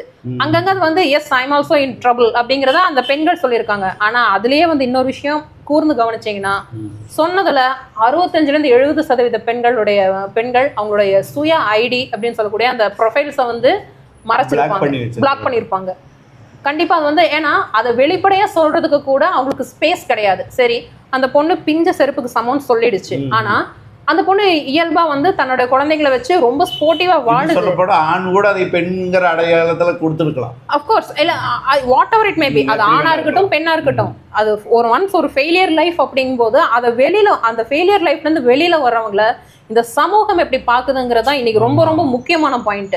ஏன்னா அவங்கள கண்டிப்பா சொல்றேன், நிச்சயமா நல்லபடியா ட்ரீட் பண்றது கிடையாது. இன்னைக்கு வந்து அவங்களுக்கான ஸ்பேஸ், அவங்களுக்கான ப்ராப்பர்ட்டி எல்லாமே இருந்தாலும், இத்தனைக்கு வீட்டுக்கு ஒரே பொண்ணாவோ இல்லை பையனா கூட இருக்கட்டும், அந்த ஃபெயிலியர் லைஃப்ல அவங்க வெளியில வந்திருக்காங்க அப்படின்னா அவங்களுக்கு வந்து ஆறுதலும் தேர்தலும் ரொம்ப குறைச்ச டைம் தான். ஆஃப்டர் 3 months வந்து அவங்க பேர்டனா மாறிடுறாங்க அந்த குடும்பத்துக்கு. இப்போ அவங்களுக்கு கீழே ஒரு தங்கச்சியோ தம்பியோ யாரோ ஒருத்தங்க மேரிட் இருக்கிறாங்கன்னா, இவங்கள பார்த்து எக்ஸாக்ட்லி அதை யோசிச்சு நிறைய பேர் வந்து செப்பரேட் ஆகி வராம இருக்கிறவங்களும் உண்டு. தன்னை தியாகம் பண்ணிக்கிட்டு, இல்லைன்னா இது தியாகம் சொல்ற வார்த்தை தப்பு, அது நல்ல விஷயத்துக்கு சொல்லணும், தன்னைத்தானே பலி போட்டுக்கிட்டு சுய பலியா கொடுத்துக்கிட்டு அங்கேயே அந்த லைஃபை கண்டினியூ பண்ற ஆண் அல்லது பெண் 2 தரப்புலையுமே உண்டு. இதுல பெண்கள் மேஜர். நான் போய் உக்காந்துட்டா என் தங்கச்சியில் யார் கல்யாணம் பண்ணிப்பா, நான் போய் அங்க உட்காந்துட்டா எங்க அப்பாவோட கௌரவம் போயிடுமே. இது எல்லாமே ரிப்பீட்டடா வந்து அவங்க சொல்ற ஒரே இடம் வந்து நிக்கிற ஒரு இடம் அவங்களோட வெத்து கௌரவம். இப்போ அந்த கௌரவத்தை பார்த்து தான் 2 கோடி செலவு பண்ணி கல்யாணம் பண்ணி 300 பவுண்ட் போட்டு 70 லட்சம் ரூபாய்க்கு உங்களோட ஈகோவை தான் காமிக்கிறீங்க. அத்தனை ஐ மீன் தன்னோட அகங்காரம், நான் எவ்வளவு செலவு பண்ணிக்கிறேன் பாத்தியா, நான் பெரிய ஆள் பாத்தியானுங்கிறது தான் இந்த சீதன விரிவாக்கங்கள். ஒருவனுக்கு ஒருத்திங்கிற ஒரு கான்செப்ட்ல அந்த பொண்ணு பேசியிருக்கு, ஒருவனுக்கு ஒருத்தி தான் அப்படிங்கிற கான்செப்ட் பேசுறதுக்கு நிறைய விவாதம் வருது. அந்த ஒருவனுக்கு ஒருத்தின்னு சொல்லிட்டு என் பொண்ணு இறந்ததுல எனக்கு ஒரு பெருமை தான் அப்படின்னு அவங்க தந்தையே இன்னைக்கு ஒரு பத்திரிகையில் இதில் மீடியாவில் பேட்டி கொடுத்த மாதிரி பார்க்குறேன். இந்த மாதிரி ஒருவனுக்கு ஒருத்திங்கிற கல்ச்சரை வந்து எந்த மாதிரி நீங்கள் பார்க்குறீங்க? இது என்ன சொல்றேன்னா, இது கொஞ்சம் சிக்கலான கேள்வி. அது அவங்கவுங்களுடைய அமையிற துணையை பொறுத்து. இப்போ நல்ல வாழ்க்கை துணை அமைஞ்சிருச்சு அப்படின்னா அது ஓகே. ஒரு ஃபெயிலியரான ஒரு லைஃப் வந்து அந்த ஃபெயிலியர், அதுக்கு மேல வந்து அதை கண்டினியூ பண்ண முடியாது. பெண்ணுக்கு மட்டும்தான், ஆணுக்கு இல்ல. 2 பேர்த்தையும் சொல்றேன் நான். நிச்சயமா நான் 2 பேர்த்தையும் தான் சொல்வேன். நான் எதனாலதான் முன்னையே சொன்னேன், அது ஆணோ பெண்ணோ அவங்க லைஃப் வந்து பாரமா மாறிடுறாங்க பெற்றவங்களுக்குன்ட்டு. இப்போ நான் ரிப்பீட்டடா அதை தான் சொல்ல விரும்புறேன். இது வந்து ஒரு லைஃப் வந்து மேரிட் லைஃப் ஃபெயிலியர் அப்படின்னா அது அவங்களால மேற்கொண்டு அதுல கண்டினியூ பண்ண முடியாது அப்படிங்கிற ஒரு ஸ்டேஜ்ல வெளியில வர்றதோ இல்ல இன்னொரு சரியான வாழ்க்கை துணையை தேர்ந்தெடுக்கிறதோ இன்னைக்கு வந்து சமூகத்துல சரியாயிட்டு தான் வந்துட்டு இருக்கு. இது இந்த மாதிரியான பழமைவாத அல்லது பொருந்தாத, அதாவது இந்த தற்கால சமூக வாழ்க்கைக்கு பொருந்தாத கருத்துக்களை பேசுறது இன்னைக்கு வேணா பெருமையா இருக்கலாம், நாளைக்கு வந்துட்டு அந்த பொண்ணோட வயசுல இல்ல அந்த பொண்ணோட ஃப்ரெண்ட்ஸு அந்த மாதிரி இருக்கிறவங்க, அந்த பொண்ணோட வளர்ந்த கூட படிச்ச அந்த மாதிரியான பொண்ணுங்க ஒரு குடும்ப லைஃப்ல போயிட்டு இருக்கும்போது, ஐயோ அந்த பொண்ணு செத்து போகாம இருந்திருந்தா நாம வேற வாழ்க்கையை தேடி வச்சிருக்கலாமே நான் அந்த பேரண்ட்டுக்கே தோணலாம். இன்னைக்கு பேட்டி கொடுத்திருக்காரு ஒரு உணர்ச்சி வசத்துல, அதான் உணர்ச்சி வசப்பட்டு சொல்லலாம். ஆனா நாள் பட இன்னும் கொஞ்ச நாளுக்கு அப்புறம் பாத்தீங்கன்னா நம்ம பொண்ணு வந்து உதறிட்டு வந்துருந்துச்சுன்னா இதை விட நம்ம போட நீ தேவையே இல்லை அப்படின்னு சொல்லிட்டு அதுதான் சொல்றோம். அது எல்லாமே காலம் தான் தீர்மானிக்கும். இன்னைக்கு உணர்ச்சி வேகத்துல சொல்லி இருக்கலாம் அவரு. ஏன்னா அதை வந்து பெருசா நம்ம அதை ஃப்ரேம் பண்ணி மெயின் விஷயத்த வந்து நம்ம எல்லாரும் தவற விடுறோங்கிறது என்னோட பாயிண்ட். நான் அதே பார்வையில் தான் அதுல இருந்து கொஞ்சம் வேறுபட்ட பார்வையில் பார்க்கல. ரிதன்யா ஒரு தற்கொலை பண்ணாங்க, அதுவும் ஒரு இப்படி ஒரு உருக்கமான ஒரு ஆடியோ வெளியிட்டு இப்படி கொண்டுட்டு வந்ததன் மூலமா இந்த உலகத்துல எப்படியான வன்கொடுமைகள் நடக்குது, அது பெண்ணுக்கு எப்படி நடக்குதுங்கிற அத்தனையும் புட்டு வச்ச மாதிரியான ஒரு சூழலை உருவாக்கிட்டு போயிருக்காங்க. இல்லைன்னா 10ஓட 11 இந்த கேஸ் போயிருக்கும். ஏறத்தாழ எல்லாருக்குமான ஒரு விழிப்புணர்வை ஏற்படுத்திட்டு போனாங்க. அந்த வகையில் அவங்களுக்கு ராயல் சல்யூட் பண்ணணும்னு தான் எனக்கு தோணுது. ஆனால் இந்த தற்கொலை தான் தீர்வல்ல அப்படிங்கிறது வந்து அனைமே இந்த சம்பவம் நடந்த பின்னாடி ஒரு 50 பெண்கள் அல்லது 500 பெண்கள் தற்கொலை முடிவில் இருந்திருந்தா கூட மாறி வந்திருப்பாங்கன்னு தோணுது. ஏன்னா இந்த வீரியம் அப்படி இல்ல இந்த இடத்துல வந்துட்டு இது மாறி வந்திருப்பாங்கிறத நான் ஒத்துக்கிறேன். பட் அந்த பேரண்ட்ஸ்க்கு ஒரு வேக்கப் காலா இருந்திருக்கும். அந்த பெண்கள் மாறுறாங்களோ இல்லையோ, ஏன்னா அவங்க வந்து ஒரு ப்ரெஷர்ல இருக்காங்க. அவங்க மாறுறதை விட இந்த மாதிரியான விஷயங்கள் வந்து இன்னைக்கு சோசியல் மீடியா இருக்கு, இன்னைக்கு மீடியா கையில கிடைச்சதுனால இந்த விஷயம் வெளிப்பட்டுச்சு. இந்த ரித்தன்யா தற்கொலை நடந்த இன்னைக்கு 3வது நாள், நேத்து ஒருத்தவங்க வந்து சங்கரன் கோயில், சாரி எனக்கு அந்த இடம் சரியா தெரியல, அங்க வந்து ஒரு பெண் வந்து இதே மாதிரி வெறும் 4 சவரன். அப்போ அந்த அதுதான் கல்யாணமான 4வது நாள் அந்த பெண் இறந்திருக்கு, தற்கொலை பண்ணிருக்குது. இந்த பெண் வந்து 78வது நாள், அந்த பெண் இறந்தது 4வது நாள். சோ இப்ப வந்து இந்த இடத்துல வந்துட்டு வசதி வாய்ப்புகள் அப்படிங்கிறதோ இல்ல வந்துட்டு பெரிய படிப்போ இதெல்லாமே வந்து இந்த இடத்துல வந்து பேலன்சிங் கிடையாது. ஒரு 4 நாளுக்குள்ள ஒரு வேளை இந்த மாதிரியான விஷயங்களை அந்த பொண்ணு கூட பார்க்காம இருக்கலாம். காலம் போக போக இந்த பேரண்ட்ஸுக்காவது கொஞ்சம் புத்தி வரும். அடடா நம்ம அதுதான் சொல்றது. இப்போ இந்த ரித்தன்யாவோட தற்கொலைய அந்த ஆடியோ, குறிப்பா அந்த பெண்ணுடைய ஆடியோ கேட்ட பேரண்ட்ஸ்க்கு வந்துட்டு ஒரு வேக்கப் கால் கிடைச்சிருக்கும். ஐயோ நம்ம அவங்க பொண்ணோ அல்லது பையனோ வந்துட்டு இல்ல என்னோட லைஃப் ஸ்ட்ரகிளா இருக்கு, ரொம்ப சிரமத்துல இருக்கேன் அப்படின்னு அது வந்து சொல்லுச்சுன்னா கொஞ்சம் காது கொடுத்து கேட்பாங்க. முன்ன மாதிரி வந்து எல்லாம் பொறுத்துப்போன்னு சொல்ற விஷயத்த மாத்திட்டு குழந்தைகளுக்காக ஃபர்ஸ்ட் வந்து கல்யாணம் பண்ணி கொடுத்தாச்சுமா பொறுத்துப்போன்னு சொல்லுவாங்க. அப்புறம் ஒரு குழந்தை வந்ததுக்கு அப்புறம் குழந்தைகளுக்காக நீ வாழுன்னு சொல்லுவாங்க. அந்த பொண்ணு வாழ்க்கையே இல்ல அந்த பையனோட வாழ்க்கையை அவங்க எப்பதான் வாழ்றது முடியல. அப்படிங்கும் போது ஒரு கட்டத்துக்கு அந்த அந்த எடுத்தடுப்புல யாருமே அந்த முடிவுக்கு நிச்சயமா வரமாட்டாங்க. எல்லா விஷயத்துலயுமே அதை வந்து பார்த்துருப்பாங்க. டைம் எடுத்து எல்லா வகையிலுமே வந்து ஒரு ஆணோ ஒரு பெண்ணோ ஒரு திருமண வாழ்க்கையிலேருந்து விலகி வெளியில வர்றாங்க அப்படின்னா நிச்சயமா வந்து எடுத்தோம் கவுத்தோம் அந்த முடிவு எடுக்கவே மாட்டாங்க.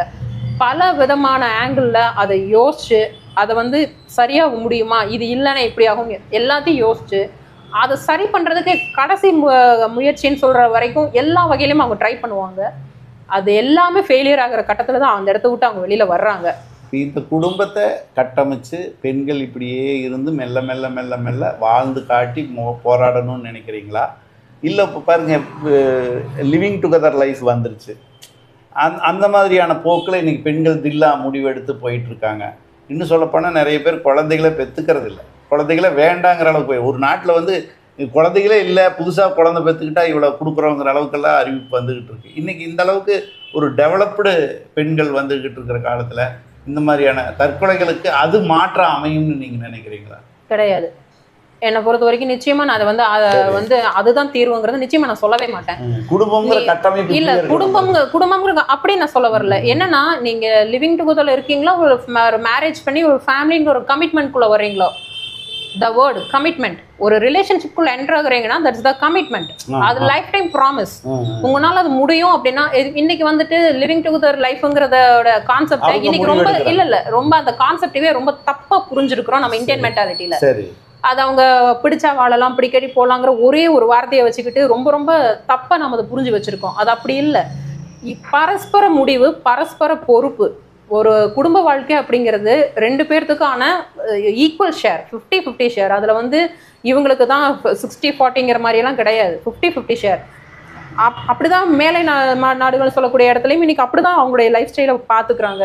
என்ன அப்படின்னா அவங்களும் அப்படி வந்து நம்மளுடைய இது ஒரு தட்டைத்தனமான பார்வைன்னு நான் சொல்லுவேன். அவங்க வந்து பிடிச்சா வாழ்றாங்க அப்படி எல்லாரும் அங்கே சூஸ் பண்ணிடுறதும் கிடையாது. அவங்க வந்து அவ்வளோ சீக்கிரமா தேர்ந்தெடுத்துக்கிறதும் கிடையாது. தேர்ந்தெடுக்கிறங்கிற விஷயத்திலேயே வந்துட்டு ரொம்ப யோசிச்சு ரொம்ப எல்லா வகையிலையும் பேசி அவங்களுக்கு அவங்களுடைய வேவ்ஸ் செட் ஆச்சுன்னா, அவங்களோட திங்கிங் தாட்ஸ் பிடிச்சிருந்தா அப்புறமா தான் அவங்கள செலக்ட் பண்றாங்க. ஒன்ஸ் தே ஆர் செலக்டட் அப்படின்னா அது விஷயத்துல லாயலா இருக்காங்க. ஸோ அதே மாதிரி நம்ம ஊர் டேட்டிங் அப்படிங்கிற ஒரு வார்த்தையை, லவ்ங்கிற ஒரு வார்த்தையை வந்து எப்படி தப்பா புரிஞ்சு வச்சிருக்கிறாங்களோ அந்த மாதிரி டேட்டிங்கிறத வந்து ரொம்ப ரொம்ப அசிங்கமா வந்து அர்த்தப்படுத்திக்கிற மக்கள் நம்ம. அப்படி இருக்கிற பட்சத்துல அங்க வந்து டேட் அப்படிங்கிறது வந்து it's not about to relationship. எப்படி சொன்னா அது ஒன்று செக்ஷுவல் ரிலேஷன்ஷிப்கான ஒரு கார்டு கிடையாது, அது கிடையாது. டேட் அப்படிங்கிறது அப்படின்னு ஒருத்தர் புரிஞ்சுக்கிறதுக்கான டைம். ஃபர்ஸ்ட் ஆஃப் ஆல் வந்து பரஸ்பரம் புரிஞ்சுக்கிறாங்க, அவங்களோட பேசுறாங்க, அந்த உரையாடல் அப்படிங்கிற அந்த விஷயம் அவங்களுக்குள்ள நிறைய நிகழுது. அவங்களுடைய பரஸ்பர பிடித்தங்கள் என்ன, அவங்களுக்கு பிடிச்சது என்ன, பிடிக்காதது என்ன. ரஜினி படத்துல சொன்ன மாதிரி வாங்க பழகிக்கலாம், பிடிச்சா கட்டிக்கலாம், இல்லைன்னா போய்க்கலாம் அப்படிங்கிற மாதிரி. அது ஒரு வகையில இட்ஸ் கரெக்ட் அப்படின்னு தோணுது. கல்யாணம் பண்ணிக்கலாம், இல்லைன்னா விளக்கிக்கலாம். ஃபர்ஸ்ட் அவங்களோட அடிப்படை என்னன்னு தெரியும். இப்போ அரேஞ்ச் மேரேஜ் அப்படிங்கிறதுல வந்துட்டு பரஸ்பரம் ஒண்ணுமே தெரியாது. அது ஒரு விஷயத்துக்குள்ள நம்ம தள்ளும் போது அதை வந்து அங்க போய் எனக்கு செட்டில் ஆகிறதுக்கு எல்லாம் டைமா இருக்கும். அதை பத்தி இன்னும் பெருசா பேச வேண்டியிருக்கு. இந்த லிவிங் டுகெதர் லைஃப் அப்படிங்கிறது பரஸ்பரம் புரிஞ்சுக்கிறதுக்கான காலம். அந்த லிவிங் டுகெதர் அப்படிங்கிறது it's not only for licensed or open card to sex, அப்படி கிடையாது. அது வந்து அவங்கள பரஸ்பரம் புரிஞ்சுக்கிறாங்க, அகம்புறம் புரிஞ்சுக்கிறாங்க. அவங்களுக்கு வந்து இது பிடிக்கும், இது பிடிக்காது. அதே மாதிரி ஒவ்வொருத்தருடைய கருத்துகள் என்ன, ஒவ்வொருத்தருக்கு ஒரு சில கொள்கைகள் இருக்கும். எல்லாத்தையும் அதை புரிஞ்சுக்கிட்டு அதுக்கப்புறம் ஃபைனலா தான் அவங்க வந்து அதை என்கேஜ் பண்றாங்க. ஒன்ஸ் தே ஆர் என்கேஜ், அவங்க லைஃப் லாங் வந்து அந்த இணைக்கு வந்து லாயலா இருக்காங்க. இதை நாம ரொம்ப தட்டையா பாக்குறோம் அப்படிங்கறத புரிஞ்சுக்கிறேன். இன்னொன்னு நாம அதை வந்து ரொம்ப டேக் இட் கிராண்டட்ங்கிற மாதிரி எடுத்துட்டு இன்னைக்கு அதை தப்பா வந்து ஃப்ரேம் பண்ணிருக்கோம் நம்மளுடைய மென்டாலிட்டியில, இந்தியன் மென்டாலிட்டியில. Of course it's a depth thing. அது ஒரு ஆழமான விஷயம் தான். இன்னும் பழங்கால முறைக்கு போனீங்கன்னா இன்னைக்கு ஆதிவாசிகள் ஒரு சில குரூப்ல இன்னைக்கு இருக்குன்னு நினைக்கிறேன். அவ்வளவு ஏன் நம்ம ஆதிவாசிக்கு போகணுமே? நம்மளுடைய பண்டைய காலம் பாத்தீங்கன்னா நம்மளுடைய புறநானூறு காலமே எல்லாமே டேட்டிங் லைஃப் தான் சார். ஆமா, என்னன்னா இப்ப கூட அவங்க வந்து பொண்ணும் பையனும் பிடிச்சிருச்சு, கல்யாணம் அரேஞ்ச் பண்றாங்கன்னா அவங்கள காட்டுக்குள்ள அனுப்பிச்சிருவாங்க. போய் 6 மாசம் வாழ்ந்துட்டு வந்து குழந்தை பிரெக்னென்ட் ஆனவருக்கு தான் கல்யாணம் பண்ணி வைக்கிற குரூப் எல்லாம் இருக்கு. இந்த மாதிரியான ஒரு சூழல் வந்து இன்னைக்கு ஒரு சில சமூகங்கள்ல இருக்கத்தான் செய்யுது. ஆனாலும் இப்போ இந்த மாதிரியான ரிதன்யாக்கள் எதிர்காலத்தில் உருவாகாமல் இருக்கிறதுக்கு என்னதான் வழின்னு நீங்கள் நினைக்கிறீங்க? ஃபர்ஸ்ட் திங், உரையாடல் வேணும். அதாவது இப்போ எல்லாரும் என்னை பொறுத்த வரைக்கும் இன்னைக்கு நம்ம சமூகத்தில் நிறைய இடத்துல பார்த்ததா இருக்கட்டும், இல்லை நம்ம சமூக வலைதளங்களில் எழுதுனவங்களா இருக்கட்டும், எல்லா இடத்துலையுமே வந்து பார்த்தீங்கன்னா ஒரு அட்வைசரி ஃப்ரேம் தான் வருது. நீ இப்படி இருக்கணும், நீ இப்படி இருக்கணும், நீ அந்த அட்வைஸ் கொடுக்குறதுக்கு நம்ம வந்து ரொம்பவே அதை பற்றி யோசிக்கிறதே இல்லை. ரொம்ப ஈஸியாக எழுதுறோம். ஆனால் அந்த அட்வைஸை எழுதின பீப்புள்ஸே வந்து எத்தனை பேர் வந்து அங்கே அவங்களுடைய லைஃப்க்கு லாயலாக இருக்காங்க. லாயலிட்டி மீன்ஸ் நான் இங்கே வந்துட்டு அவ்வளோ பிரச்சனையும் தாங்கிட்டு உடஞ்சு போகாமல் இருக்கிறதுக்கு ஏதோ ஒரு பாண்டேஜுங்கிறதுக்காக அந்த பிரச்சனைகளை சகிச்சுக்கிட்டு தானே ஓடிட்டு இருக்காங்க. தனக்கு தானே லாயல்ட்டின்னு சொல்லுவோம் இல்லையா, அதுதான் அந்த விஷயத்த வந்து அந்த பிரச்சனையோடு இருக்கிறாங்க. So they can advice to them easily. Advice கிடையாது, இது வந்து ஒரு உரையாடல் மூலமாக தான் வரும். இப்போ ஒரு லைஃப் ஃபெயிலியர் அப்படிங்கும் போது, இந்த மேரேஜ் லைஃப் ஃபெயிலியர் அப்படிங்கிறதுக்குள்ளேருந்து வெளியில் வர ட்ரை பண்ணுறாங்க ஒருத்தங்க அப்படின்னா, ஃபர்ஸ்ட் அவங்களுக்கான ஆசுவாசமாக ஒரு ஸ்பேஸ் கொடுக்கணும், அவங்களுக்கான யோசிக்க விடணும். அதுக்கப்புறம் அவங்களோட ப்ராக்டிக்கல் லைஃப்கான சோர்சஸ் யூஸ் பண்ணணும். இது வந்து ஒரு வெல் செட்டில்டு வெல்த்தி ஃபேமிலியில் இட் மேக் ஈஸி. இதே வந்துட்டு ஒரு மிடில் கிளாஸோ இல்லை வந்து பவர்ட்டியில் இருக்கிற பீப்புள்ஸ்க்கோ வந்து பார்த்தீங்கன்னா அவங்களுக்கான ஸ்பேஸ் அங்கே கிடையாது.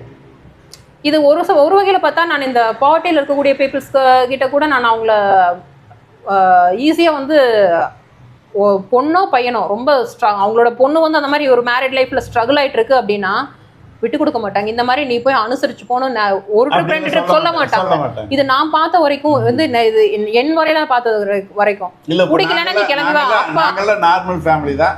அது எங்க அக்காவா இருந்தாலும் சரி, எங்க பொண்ணா இருந்தாலும் சரி, என் ஒய்ஃபா இருந்தாலும் சரி, இந்த செகண்ட் கல்யாணம் பண்ணி கொடுக்குறேன், ஒழுங்கா இருந்தா பாரு, இல்லைன்னா நான் ரெடியா இருக்கிற ஒரே எக்ஸாக்ட்லி அந்த நம்பிக்கை வந்து கொடுக்குறாங்க. அந்த நம்பிக்கை கொடுக்குறாங்க. எது வந்தாலும் எங்க அப்பா இருக்கா, எங்க அண்ணன் இருக்கா, என்ன பாத்துக்கலாம். அந்த பொண்ணுக்கு ஒரு வருது பாத்தீங்களா அந்த கான்ஃபிடன்ஸ். இந்த மிடில் கிளாஸ் ஃபேமிலிலயோ இல்ல அப்பர் மிடில் கிளாஸ் ஃபேமிலில வரதில்ல. ஏன்னா அது வந்து பாத்தீங்கன்னா அந்த இடம் வந்து தீர்மானிக்கிறது பணம் தீர்மானிக்குது, சொத்து தீர்மானிக்குது. அவங்கள இப்போ உண்மையை சொல்ல போனா எனக்கு இந்த அரேஞ்ச் மேரேஜ் கான்செப்ட்ல நிறைய பெற்றோர் பண்ற பெரிய தப்பு என்னன்னா ப்ராப்பர்ட்டியை பார்த்து கல்யாணம் பண்றது. வேண்டிய அம்மா ஒன்று சொல்லுச்சு, என்னங்க உங்கள் வீட்டில் இவ்வளோ நிலம் இருக்கா, இது விட்டுட்டு போய் தாளவாடியில் இடமா இங்கே இருக்கிறீங்க 50 ஏக்கர்னா, சும்மா இருப்பா, ஒரு 2 ஏக்கர் கூட இல்லைன்னா அவன் என்ன ஆளு, அப்படி பார்த்தா நாங்கள் பொண்ணே கொடுப்போம்.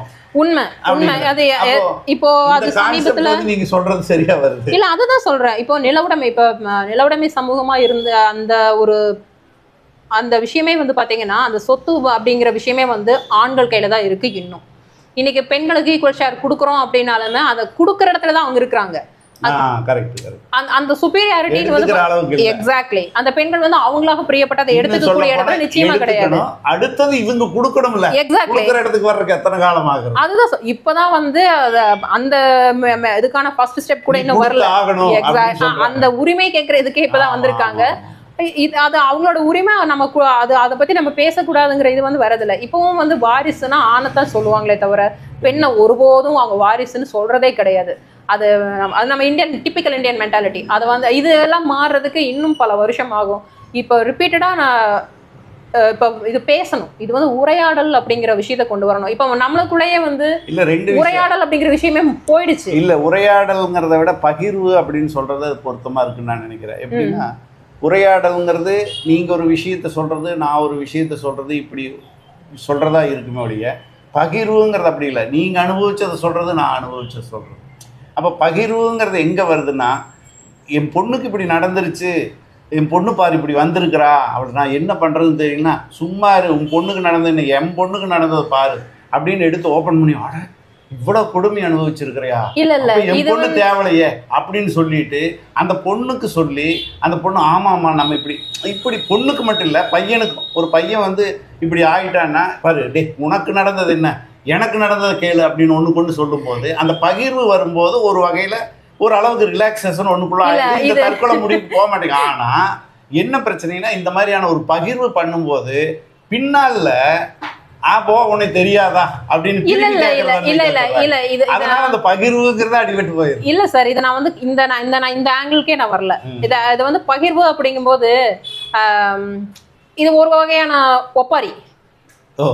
கண்டிப்பா உனக்குதான் கஷ்டமா, இது இந்த இடத்துல இன்னொரு வகையான அஃப்கோர்ஸ் உனக்கு கஷ்டமா. எக்ஸாக்ட்லி அதான் அப்படி கொண்டு போக கூடாது. இது அதனாலதான் நான் தெரிஞ்சுதான் சொன்ன அந்த வார்த்தை உரையாடல். அட்வைஸ் வந்து கூடாதுங்கிறீங்க. இல்ல அடுத்த எல்லைக்குள்ள வர்றது உரையாடல், இன்னும் டெப்தா போறது பகிர்வு. நான் உரையாடல்ல நான் தெரிஞ்சுதான் சொன்னேன். ஏன்னா நீங்க பகிர்வு அப்படிங்க போகும்போது உங்களுடைய பர்சனல் ஸ்பேஸ் அங்க காணாம போகுது. உங்களுடைய பர்சனலான விஷயங்கள் அங்க நீங்க நிறைய கொண்டு இல்ல அதுக்கான கடைசியில சொல்றேன் குத்தி காட்டுவாங்க பின்னாடி அவசியம் இல்ல அது அவசியமே இல்லைங்கிற உரையாடல்ங்கிறது நான் அந்த ஆங்கிள்கே போல. உரையாடல் அப்படிங்கும் போது இது சமூகத்துக்கான பிரச்சனை அப்படின்னு பார்க்கும்போது சரி இதை என்ன பண்ணலாம் அப்படிங்கிற கொண்டு போனமே தவிர உனக்கும் பிரச்சனை அச்சோ எனக்கும் பிரச்சனை, உனக்கு நீ விழுந்துட்டியா அச்சோ நானும் இங்க பாரு நானும் விழுந்துட்டேன். இந்த சின்ன பிள்ளைங்க சொல்லும் பாரு எனக்கு இவ்வளவு பெரிய காயினா இங்க பாரு அதை விட எனக்கு பெரிய காயம். இந்த சின்ன பிள்ளைங்க இந்த 1ஆம் வகுப்பு குழந்தைங்க சொல்லிக்கோ இல்லையா சின்ன குழந்தைங்கள்ல, அது அந்த மாதிரி போயிடும். அது அப்படி இல்லாத மாத்தியான சாய்மானம். அது தீர்வு அல்ல, அது தீர்வு அல்ல. என் வரையில அது தீர்வு நிச்சயமா அல்ல. ஒரு இதையே நான் வந்து சமூகத்துக்கான உரையாடலாம் கொண்டு வரணும்னு நான் சொல்ல வரேன்னா பேசணும். அதாவது பேசுறதுக்கான ஸ்பேஸ் கொடுக்கணும். அதாவது அந்த பெண்ணுடைய வலியை அது கொட்டுறதுக்கான ஒரு இடத்த கொடுக்கணும் அப்படிங்கிறத நான் சொல்ல வரேன். இப்போ அந்த பெண்ணாகட்டும் ஆணாகட்டும் அவங்க வந்து ஒரு ஸ்ட்ரகிள்ல இருக்காங்கன்னா முதல்ல அவங்கள பேச விடணும். பேசினாலே பாதி பிரச்சனை தீர்ந்து போயிடும். அவங்க பேசுறவங்க வந்து அவங்க கேட்கறதுக்கான காதுகள் இல்லாதது தான் இன்னைக்கு பிரச்சனை. கண்டிப்பா கிடையாது. இன்னைக்கு எத்தனை பொறுமையோட நம்ம அதை கேட்போம்னு நினைக்கிறீங்க? ஒன்றும் இல்லை சார், நம்ம சிம்பிளாவே சொல்லாமே, ஓப்பனாவே சொல்லாமே, 20 நிமிஷம் வீடியோ 20 நிமிஷத்தையும் நம்ம முழுசா பாத்துடுறோமா? கிடையாது. எத்தனை ஸ்கிப் பண்றோம். அது நாட் ஒன்லி ஆட் கான்செப்ட் வருதுன்னா அவங்க அடுத்து இதை தான் சொல்ல போறாங்கன்னு நம்மளாக ஒரு முன்முடிவு எடுத்து ஸ்கிப் பண்ற வீடியோஸும் அதிகம் உண்டு இல்லையா? அதுதான் நம்மளுடைய திங்கிங்ஸும் சரி எல்லாமே சீக்கிரம் சொல்லி முடியும். எக்ஸாக்ட்லி ஃபாஸ்ட் அது வந்து அந்த ஒரு வேகத்துல பண்ணணும் அப்படிங்கிற கான்செப்ட்ல போயிட்டு இருக்கு. அது தப்பு. கொஞ்சம் நிதானப்படணும். வாழ்க்கை முறையாகட்டும், சிந்திக்கிற முறையாகட்டும், அல்லது செயல்படுத்துற இதாகட்டும் கொஞ்சம் நிதானப்படணும். இப்போ முன்ன வந்து பெரியவங்க சொல்லி நம்ம கேட்டிருப்போம் இல்லையா, கொஞ்சம் நிதானமாரு, கொஞ்சம் நிதானமாப்படு, கொஞ்சம் அப்படின்னா தலை போகுது அப்படின்னு நம்ம பெரியவங்க திட்டிருப்பாங்க. நம்ம தாத்தா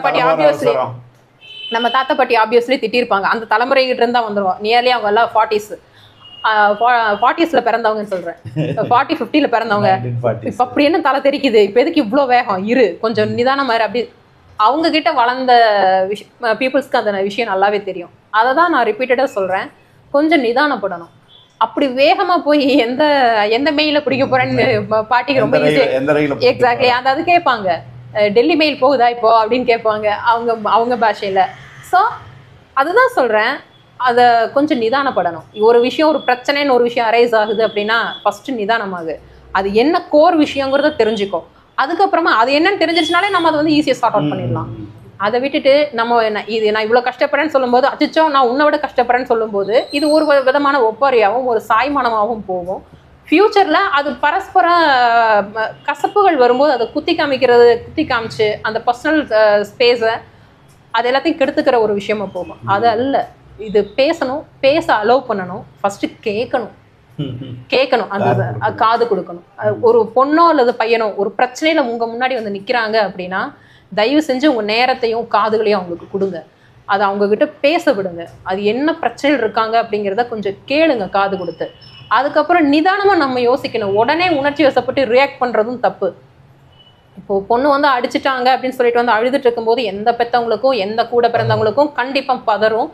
உணர்ச்சி வசப்பட்டு டக்குன்னு ஒரு முடிவெடுத்துட்டு இவங்களும் பதிலுக்கு போய் அடிக்கிறதோ, ஸோ அதெல்லாமே நடக்கும். அப்போ கொஞ்சம் நிதானப்பட்டு என்ன விஷயம் நடந்துச்சு அப்படிங்கறத கேட்டுட்டு அதுக்கப்புறமா நேரா போய் அவங்க கிட்ட நம்ம பேசுறதோ, இல்ல அது அவங்க வந்து தப்பாவே ஒன் டு ஒன் ஒரு பொதுவான ஒரு மூலமா பேசுறது, பொதுவானங்கிறத விட ஃபர்ஸ்ட் இவங்களே கேட்கணுங்கிறத நான் பேசுறது, பெத்தவங்களே கேட்கணுங்கிறது. அதாவது ஒன் சைடா கேட்டுக்கிட்டு எந்த ஒரு ஆணோ பெண்ணோ சொல்றதை வச்சு முடிவெடுக்கிறது தப்புன்னு தான் நான் சொல்லுவேன். ஏன்னா it was a one sided one. நம்ம எப்படி ஒரு பக்கமா ஒரு சார்பா ஒரு விஷயத்த யோசிச்சிட முடியும், பேசிட முடியும். என்ன இருந்தாலும் அந்த பாசம் விட்டு கொடுக்காது, நம்ம விட்டு கொடுக்காது, ரத்தம் பதறும்ல, அது பதறும். ஆனா அதே இடத்துல வந்துட்டு நம்ம அதை விட அதிகமா நம்ம ஈகோ பதறும். அது எப்படி நீ நான் இருக்கும்போது நீ அதை எப்படி நான் இருக்கும்போது நீ கை வைப்ப, அந்த இடத்துல வரும். இது எல்லா விஷயத்தையுமே இந்த கிளிம்ஸ் எல்லாத்தையும் பேசிட்டு கோர் விஷயத்த நம்ம விட்டுறோம். அங்க என்ன விஷயம் அப்படிங்கறத கொஞ்சம் நிதானப்படணுங்கிற நானு. நம்ம நம்ம பெரியவங்க சொல்ற மாதிரி ஆறப்போடு, கொஞ்சம் விஷயத்த ஆறப்போடு, சரி பண்ணலாம். காலம் எல்லாத்துக்குமே மருந்து. ஆனா அதே சாக்குல இந்த ரித்தன்யா விஷயம் மாதிரி சரியாயிடும் நம்ம அதை புஷ் பண்ணிடவும் கூடாது. ஃபர்ஸ்ட் அங்க என்ன பிரச்சனைங்கிறத ஓப்பன் அப் பண்ணி அந்த பெண்கிட்ட கேட்டிருக்கணும். ரித்தன்யாக்கள் வந்து இன்னைக்கு வந்து தொடர்கதை தான். இன்னைக்கு ஒரு மீடியா வெளிச்சத்துல வந்ததுனால ஒரு ரித்தன்யா நமக்கு தெரியுது. அதே மாதிரி எந்த ஒரு மீடியா வெளிச்சமோ சமூகத்துக்காக அது தெரியாமையே போன எத்தனையோ ரித்தன்யாக்கள் உண்டு. ரிப்பீட்டடாக சொல்கிறது, பெண்களுக்கான அந்த பேசுறதுக்கான ஸ்பேஸ் கொடுக்கணும். அதாவது அவங்க என்ன பிரச்சனைகள் இருக்காங்க அப்படின்னு.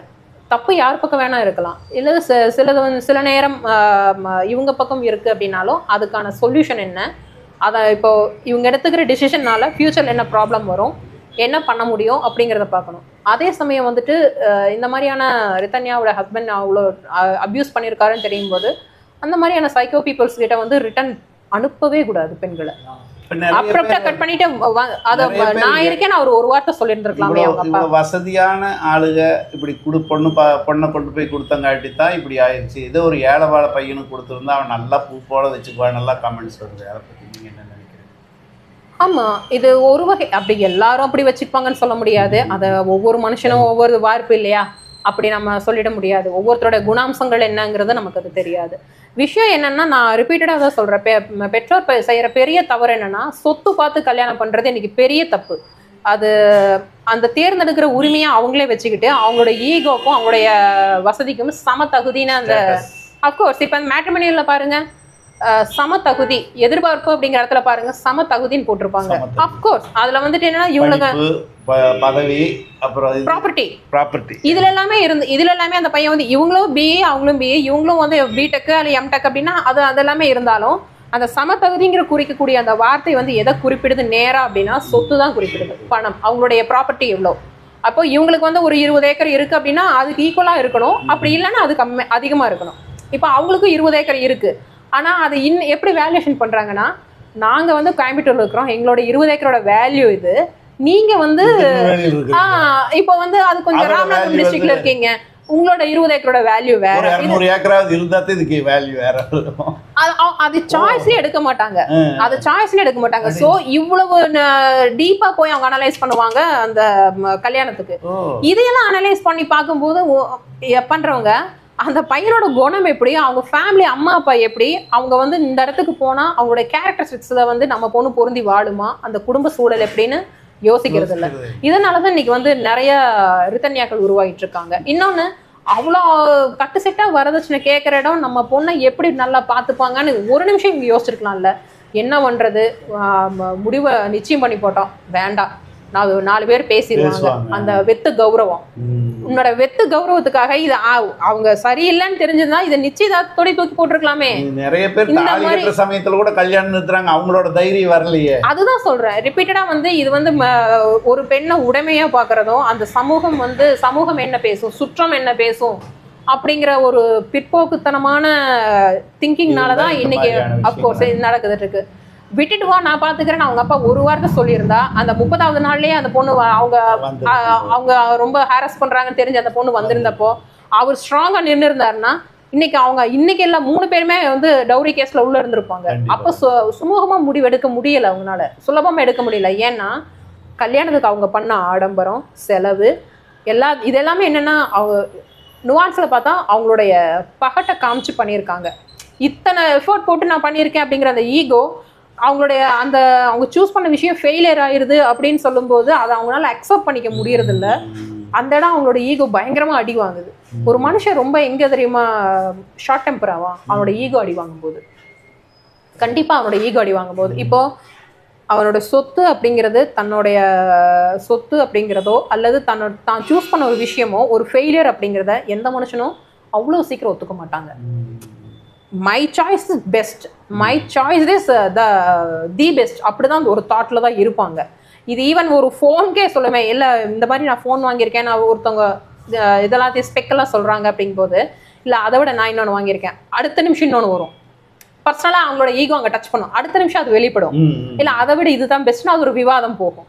ஆனால் அந்த இடத்துல அதே மாதிரி தான் இது நான் சூஸ் பண்ண விஷயம் எப்படி ஃபெயிலியரா போகலாம், எதை பண்ணியாவது இது சரி பண்ணிடணும் அப்படிங்கிற அந்த பர்சனல் ஈகோ, அந்த வெத்து கௌரவத்துக்காக தன்னைத்தானே நிறைய பேர் பலி போட்டுக்கிறவங்க இருக்காங்க, தன் குழந்தைகள் வாழ்க்கையை பலி போட்டுக்கிறவங்க இருக்காங்க. இது 2வது ரகம்.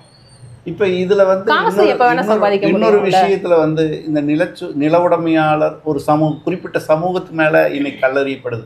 இந்த மாதிரியான குரூப் எல்லாம் இப்படித்தான். அப்புறம் இந்த வள்ளி கும்மியை விமர்சனம் பண்றாங்க. இது மாதிரியான விஷயங்களை எப்படி பாக்குறீங்க? இல்ல அதுதான் சொல்றேன், இது வெளியில இருக்கக்கூடிய லேயர்ஸா அங்க இங்க எல்லாம் பார்த்துட்டு நம்ம கோர் விஷயம் என்ன அப்படிங்கறத விட்டுடுறோம். இப்ப இந்த வள்ளி கும்மியை இழுக்கிறதோ இல்ல அவங்க அப்பா உணர்ச்சி வசப்பட்டு பேசினது பேட்டியை கொண்டு வர்றதோ என்ன பொறுத்த வரைக்கும் அவர் உணர்ச்சி வசப்பட்டு பேசிட்டாரு. இப்ப லாஸ்ட் அவர் கொடுத்த அந்த பேட்டி அவர் கொடுத்துட்டாரு, அதை கடந்துடணும். அதை நம்ம அது மெயின் பாயிண்ட் கிடையவே கிடையாது. அவர் சப்போர்ட் பண்ணல அந்த பொண்ணுக்கு. நான் இந்த சமூகம் என்ன சொல்லும், இந்த சுற்றம் என்ன சொல்லும், சொந்த பந்தம் என்ன சொல்லும், அந்த பாயிண்ட் ஆஃப் வியூலயே அவர் பார்த்ததுனாலதான் இன்னைக்கு அவர் தன்னோட குழந்தையை இழந்துட்டு நிக்கிறாரு. அதை அவனாலே அக்செப்ட் பண்ணிக்க முடியல. இதை என்னன்னா அவர் உணர்ச்சி வசப்பட்டு பேசின விஷயம், அதை நான் ஒரு இதை எடுத்துக்கல. இந்த ஆணவ கொலை, அதாவது ஜாதி மறுப்புல நடக்கக்கூடிய ஆணவ கொலையும் இந்த சொத்து அந்தஸ்து இதையும் ஒப்பிட்டு இது ஒரு வகையான ஆணவ கொலைன்னு சொல்றாங்களே. அந்த ஏறத்தாழ ஆணவ கொலையினால நடந்த தற்கொலை தான், ஆணவத்தினால் வந்த தற்கொலை தான் அப்படிங்கிறாங்க. அதை எப்படி பார்க்குறீங்க? இது அதுதான் கரெக்ட், அது ஒரு வகையில் கரெக்ட். என்னன்னா அவங்களுடைய ஆணவம் தானே. நான் எவ்வளோ பெரிய சமர்த்தன் பார்த்தியா, நான் எவ்வளோ பெரிய சாமர்த்தியசாலி பார்த்தேன். ஏன்னா அவங்க சூஸ் பண்ண ஒரு விஷயம் அட்டர் ஃபெயிலியர், அது அவங்களால ஏற்றுக்க முடியல. அந்த ப்ரெஷரை ஃபுல்லாக அந்த பொண்ணு மேலே திணிக்கிறாங்க, அது தற்கொலை பண்ணிக்கிச்சு.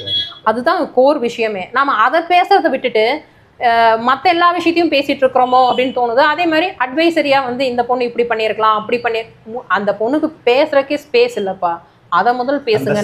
அதுக்கு முடிவெடுத்த நேரத்துல யாருமே இல்லை. அது முன்னையும் தெளிவா முடிவு எடுத்துட்டு தான் அந்த இடத்துக்கே நகர்ந்துருக்கு அந்த பெண். அது கேட்கறதுக்கு காதுகளே இல்லைன்னா தானே பேசிட்டு இருக்க முடியுமா அந்த பொண்ணு?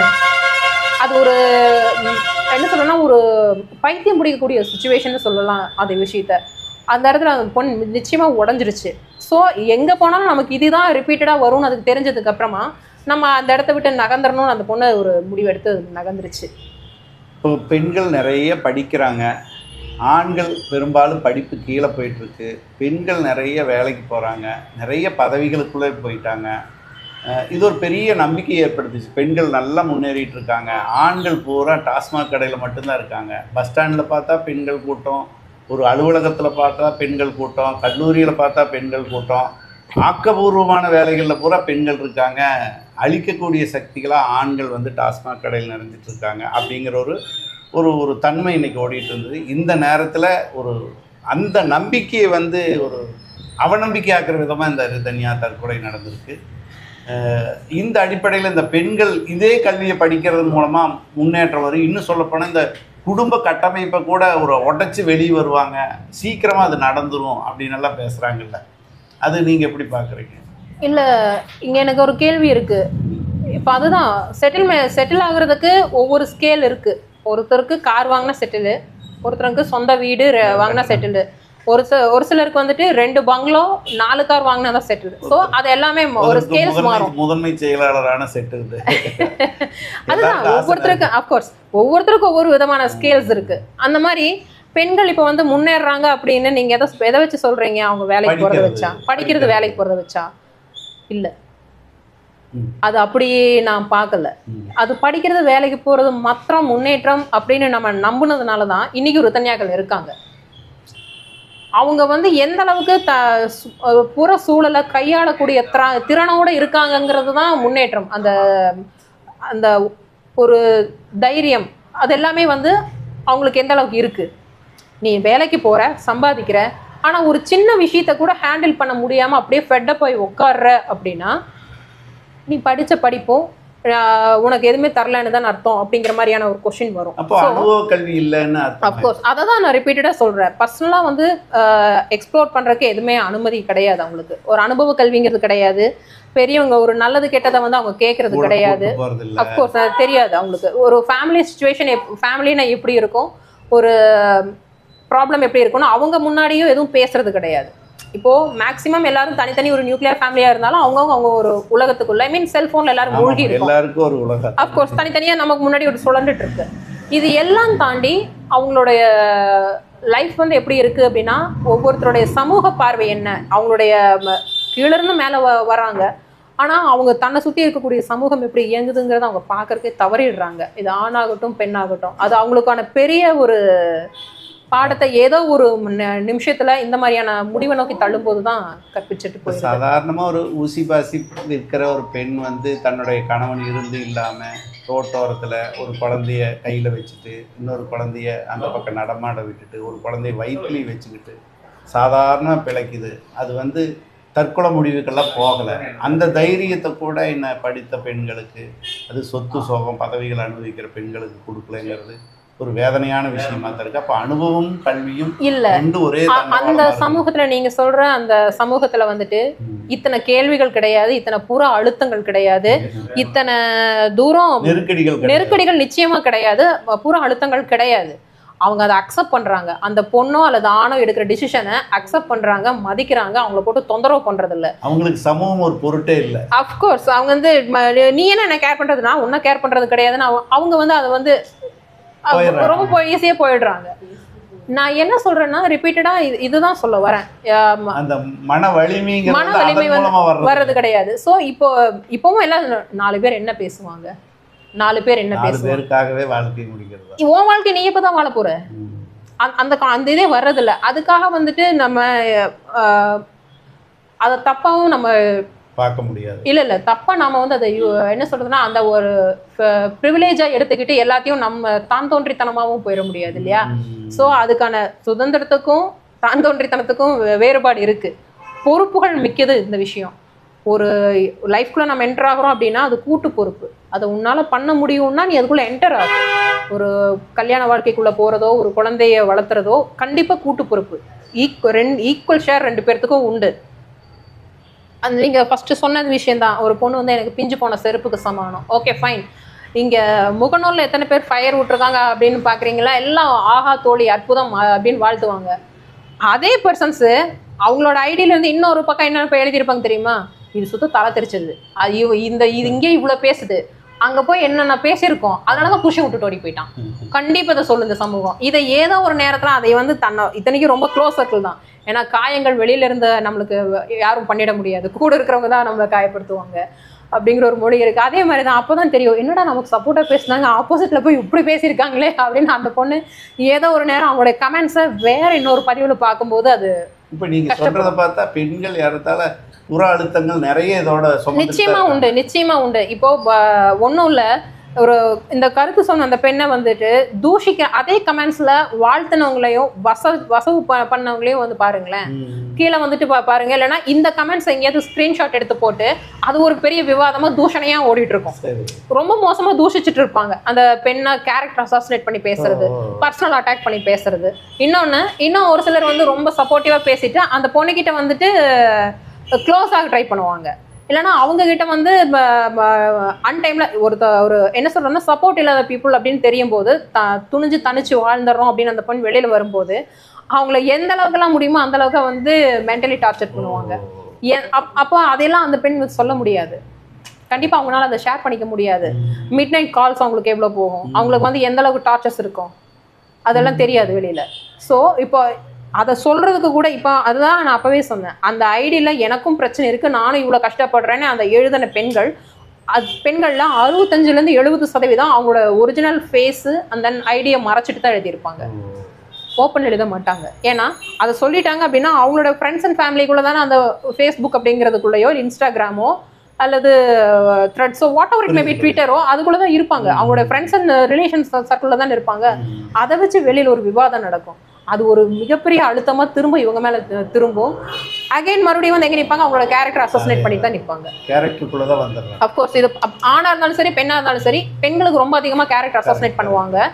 ஆண்களும் வந்து அசோசினேட் பண்ணிட்டு கடைசியில இவன் மோசமானவன் ஃப்ரேம் பண்ணிட்டு கடைசியில் இந்த வார்த்தையும் சொல்லுவாங்க, ஆம்பளை அப்படிதான் இருப்பான் அப்படிங்கிற அதையும் சொல்லிடுவாங்க. அங்க ஒரு ப்ரிவிலேஜும் கொடுத்துருவாங்க. அந்த ப்ரிவிலேஜும் அங்க கொடுத்துருவாங்க. ஆனா இங்க வந்து கேரக்டர் அசாசினேஷன் வந்து பெண்கள் மேலதான் ரொம்ப அதிகமா நடக்கும். அந்த பொண்ணை ஏன் அந்த வார்த்தையை சொல்லுது, அந்த ரித்தன்யா ஏன் சொல்லுது ஒருவனுக்கு ஒருத்திங்கிற கான்செப்ட் அப்படின்னு அதெல்லாம் ஏன் சொல்லிட்டு அந்த பொண்ணு இறக்குது, வந்து தப்பா சொல்லிடுவாங்க, தப்பா பேசிடுவாங்க, ரொம்ப ஈஸியா பேசிடுவாங்க. அதான் சொல்லுது, நீங்க இத போட்டு காட்டுங்க இல்லைன்னா நம்மள கேவலப்படுத்திடுவாங்க. அந்த பொண்ணுக்கு எவ்வளவு பயம் இருந்திருக்கு, அந்த பொண்ணு எவ்வளவு கவனப்பட்டிருக்கு, தன்னோட உயிரை விட மதிக்கிறது அந்த தன்னோட கேரக்டர் அசோசினேட் பண்ணிடக்கூடாது அப்படின்னு. ஏன்னா இந்த இடத்துல வந்து பாத்தீங்கன்னா ரொம்ப ஈஸியா வந்து ஃப்ரேம் பண்ணிடுவாங்க. ரொம்ப ஈஸியா வந்து இப்போ ஒரு எதிர்த்து ஒரு கேள்வி கேட்டுட்டாலே வந்து இது என்ன இப்படி பேசுது, இங்கே எவ்வளவு வாய் பேசுது, குடும்பத்துக்குள்ளேயே வரும். நம்ம வந்து ஒரு பெரியவங்க ஒரு விஷயம் சொல்றாங்கன்னா அது அப்படி இல்லை இப்படி நம்ம திருப்பி ஒரு சொன்னோம்னா இது ஆகாது, இது இவ்வளவு வாய் பேசுது, இது எங்க போய் உருப்பிட போகுது அப்படின்னு ஃபேமிலியில அங்கேயே வந்து தட்டுறது அதிகமாயிரும். ஃபர்ஸ்ட் அங்க பேசுறதுக்கான ஸ்பேஸே இருக்காது. அந்த பொண்ணு ஏன் சொல்லுது, அது என்ன ஆங்கிள் இருந்து சொல்லுதுன்னு யாருமே என்னைக்குமே கவனிச்சிருக்க மாட்டோம். இந்த மாதிரி நம்ம குழந்தைங்களை வளர்த்தி ஒரு பக்கம் கட்டி கொடுத்துட்டு அது நாளைக்கு வந்து அழுதுட்டு கண்ணை கசக்கிட்டு நிக்குதுன்னா அப்பா மட்டுமா கேட்க போறாங்க, வாழ்க்கைனா அப்படித்தான் இருக்கும் நீ போ, அப்படியே வந்து அப்ரப்டா கட் பண்றது. அப்ப அவங்க வேற என்ன பண்ணுவாங்க, தைரியம் இருக்கிறவங்க ஃபேஸ் பண்ணி வெளியில வந்து வாழ்வாங்க. அப்படி முடியாதவங்க வந்து இந்த மாதிரியான முடிவுகள் நோக்கி போறது ரித்தன்யாக்களா இன்னும் அதிகமா வர்றது தொடர்ந்து தான் இருக்கும் சமூகத்துல. உண்மையிலேயே ஒரு ஆண் ரித்தன்யாக்களை பற்றி பேசுறதுக்கும் ஒரு பெண் ரித்தன்யாவுடைய நிலையிலிருந்து பேசுறதுக்குமான ஒரு வித்தியாசத்தை இவ்வளோ நேரம் எங்களோட டிஸ்கஷன் பண்ணதில் எனக்கும் சேர்த்து உணர வச்சிங்க. எல்லாருமே அதை கவனிப்பாங்க, கருத்துக்களை சொல்லுவாங்க. இன்னொரு காணொளியில் நம்ம சந்திப்போம். நன்றி. நன்றி சார்.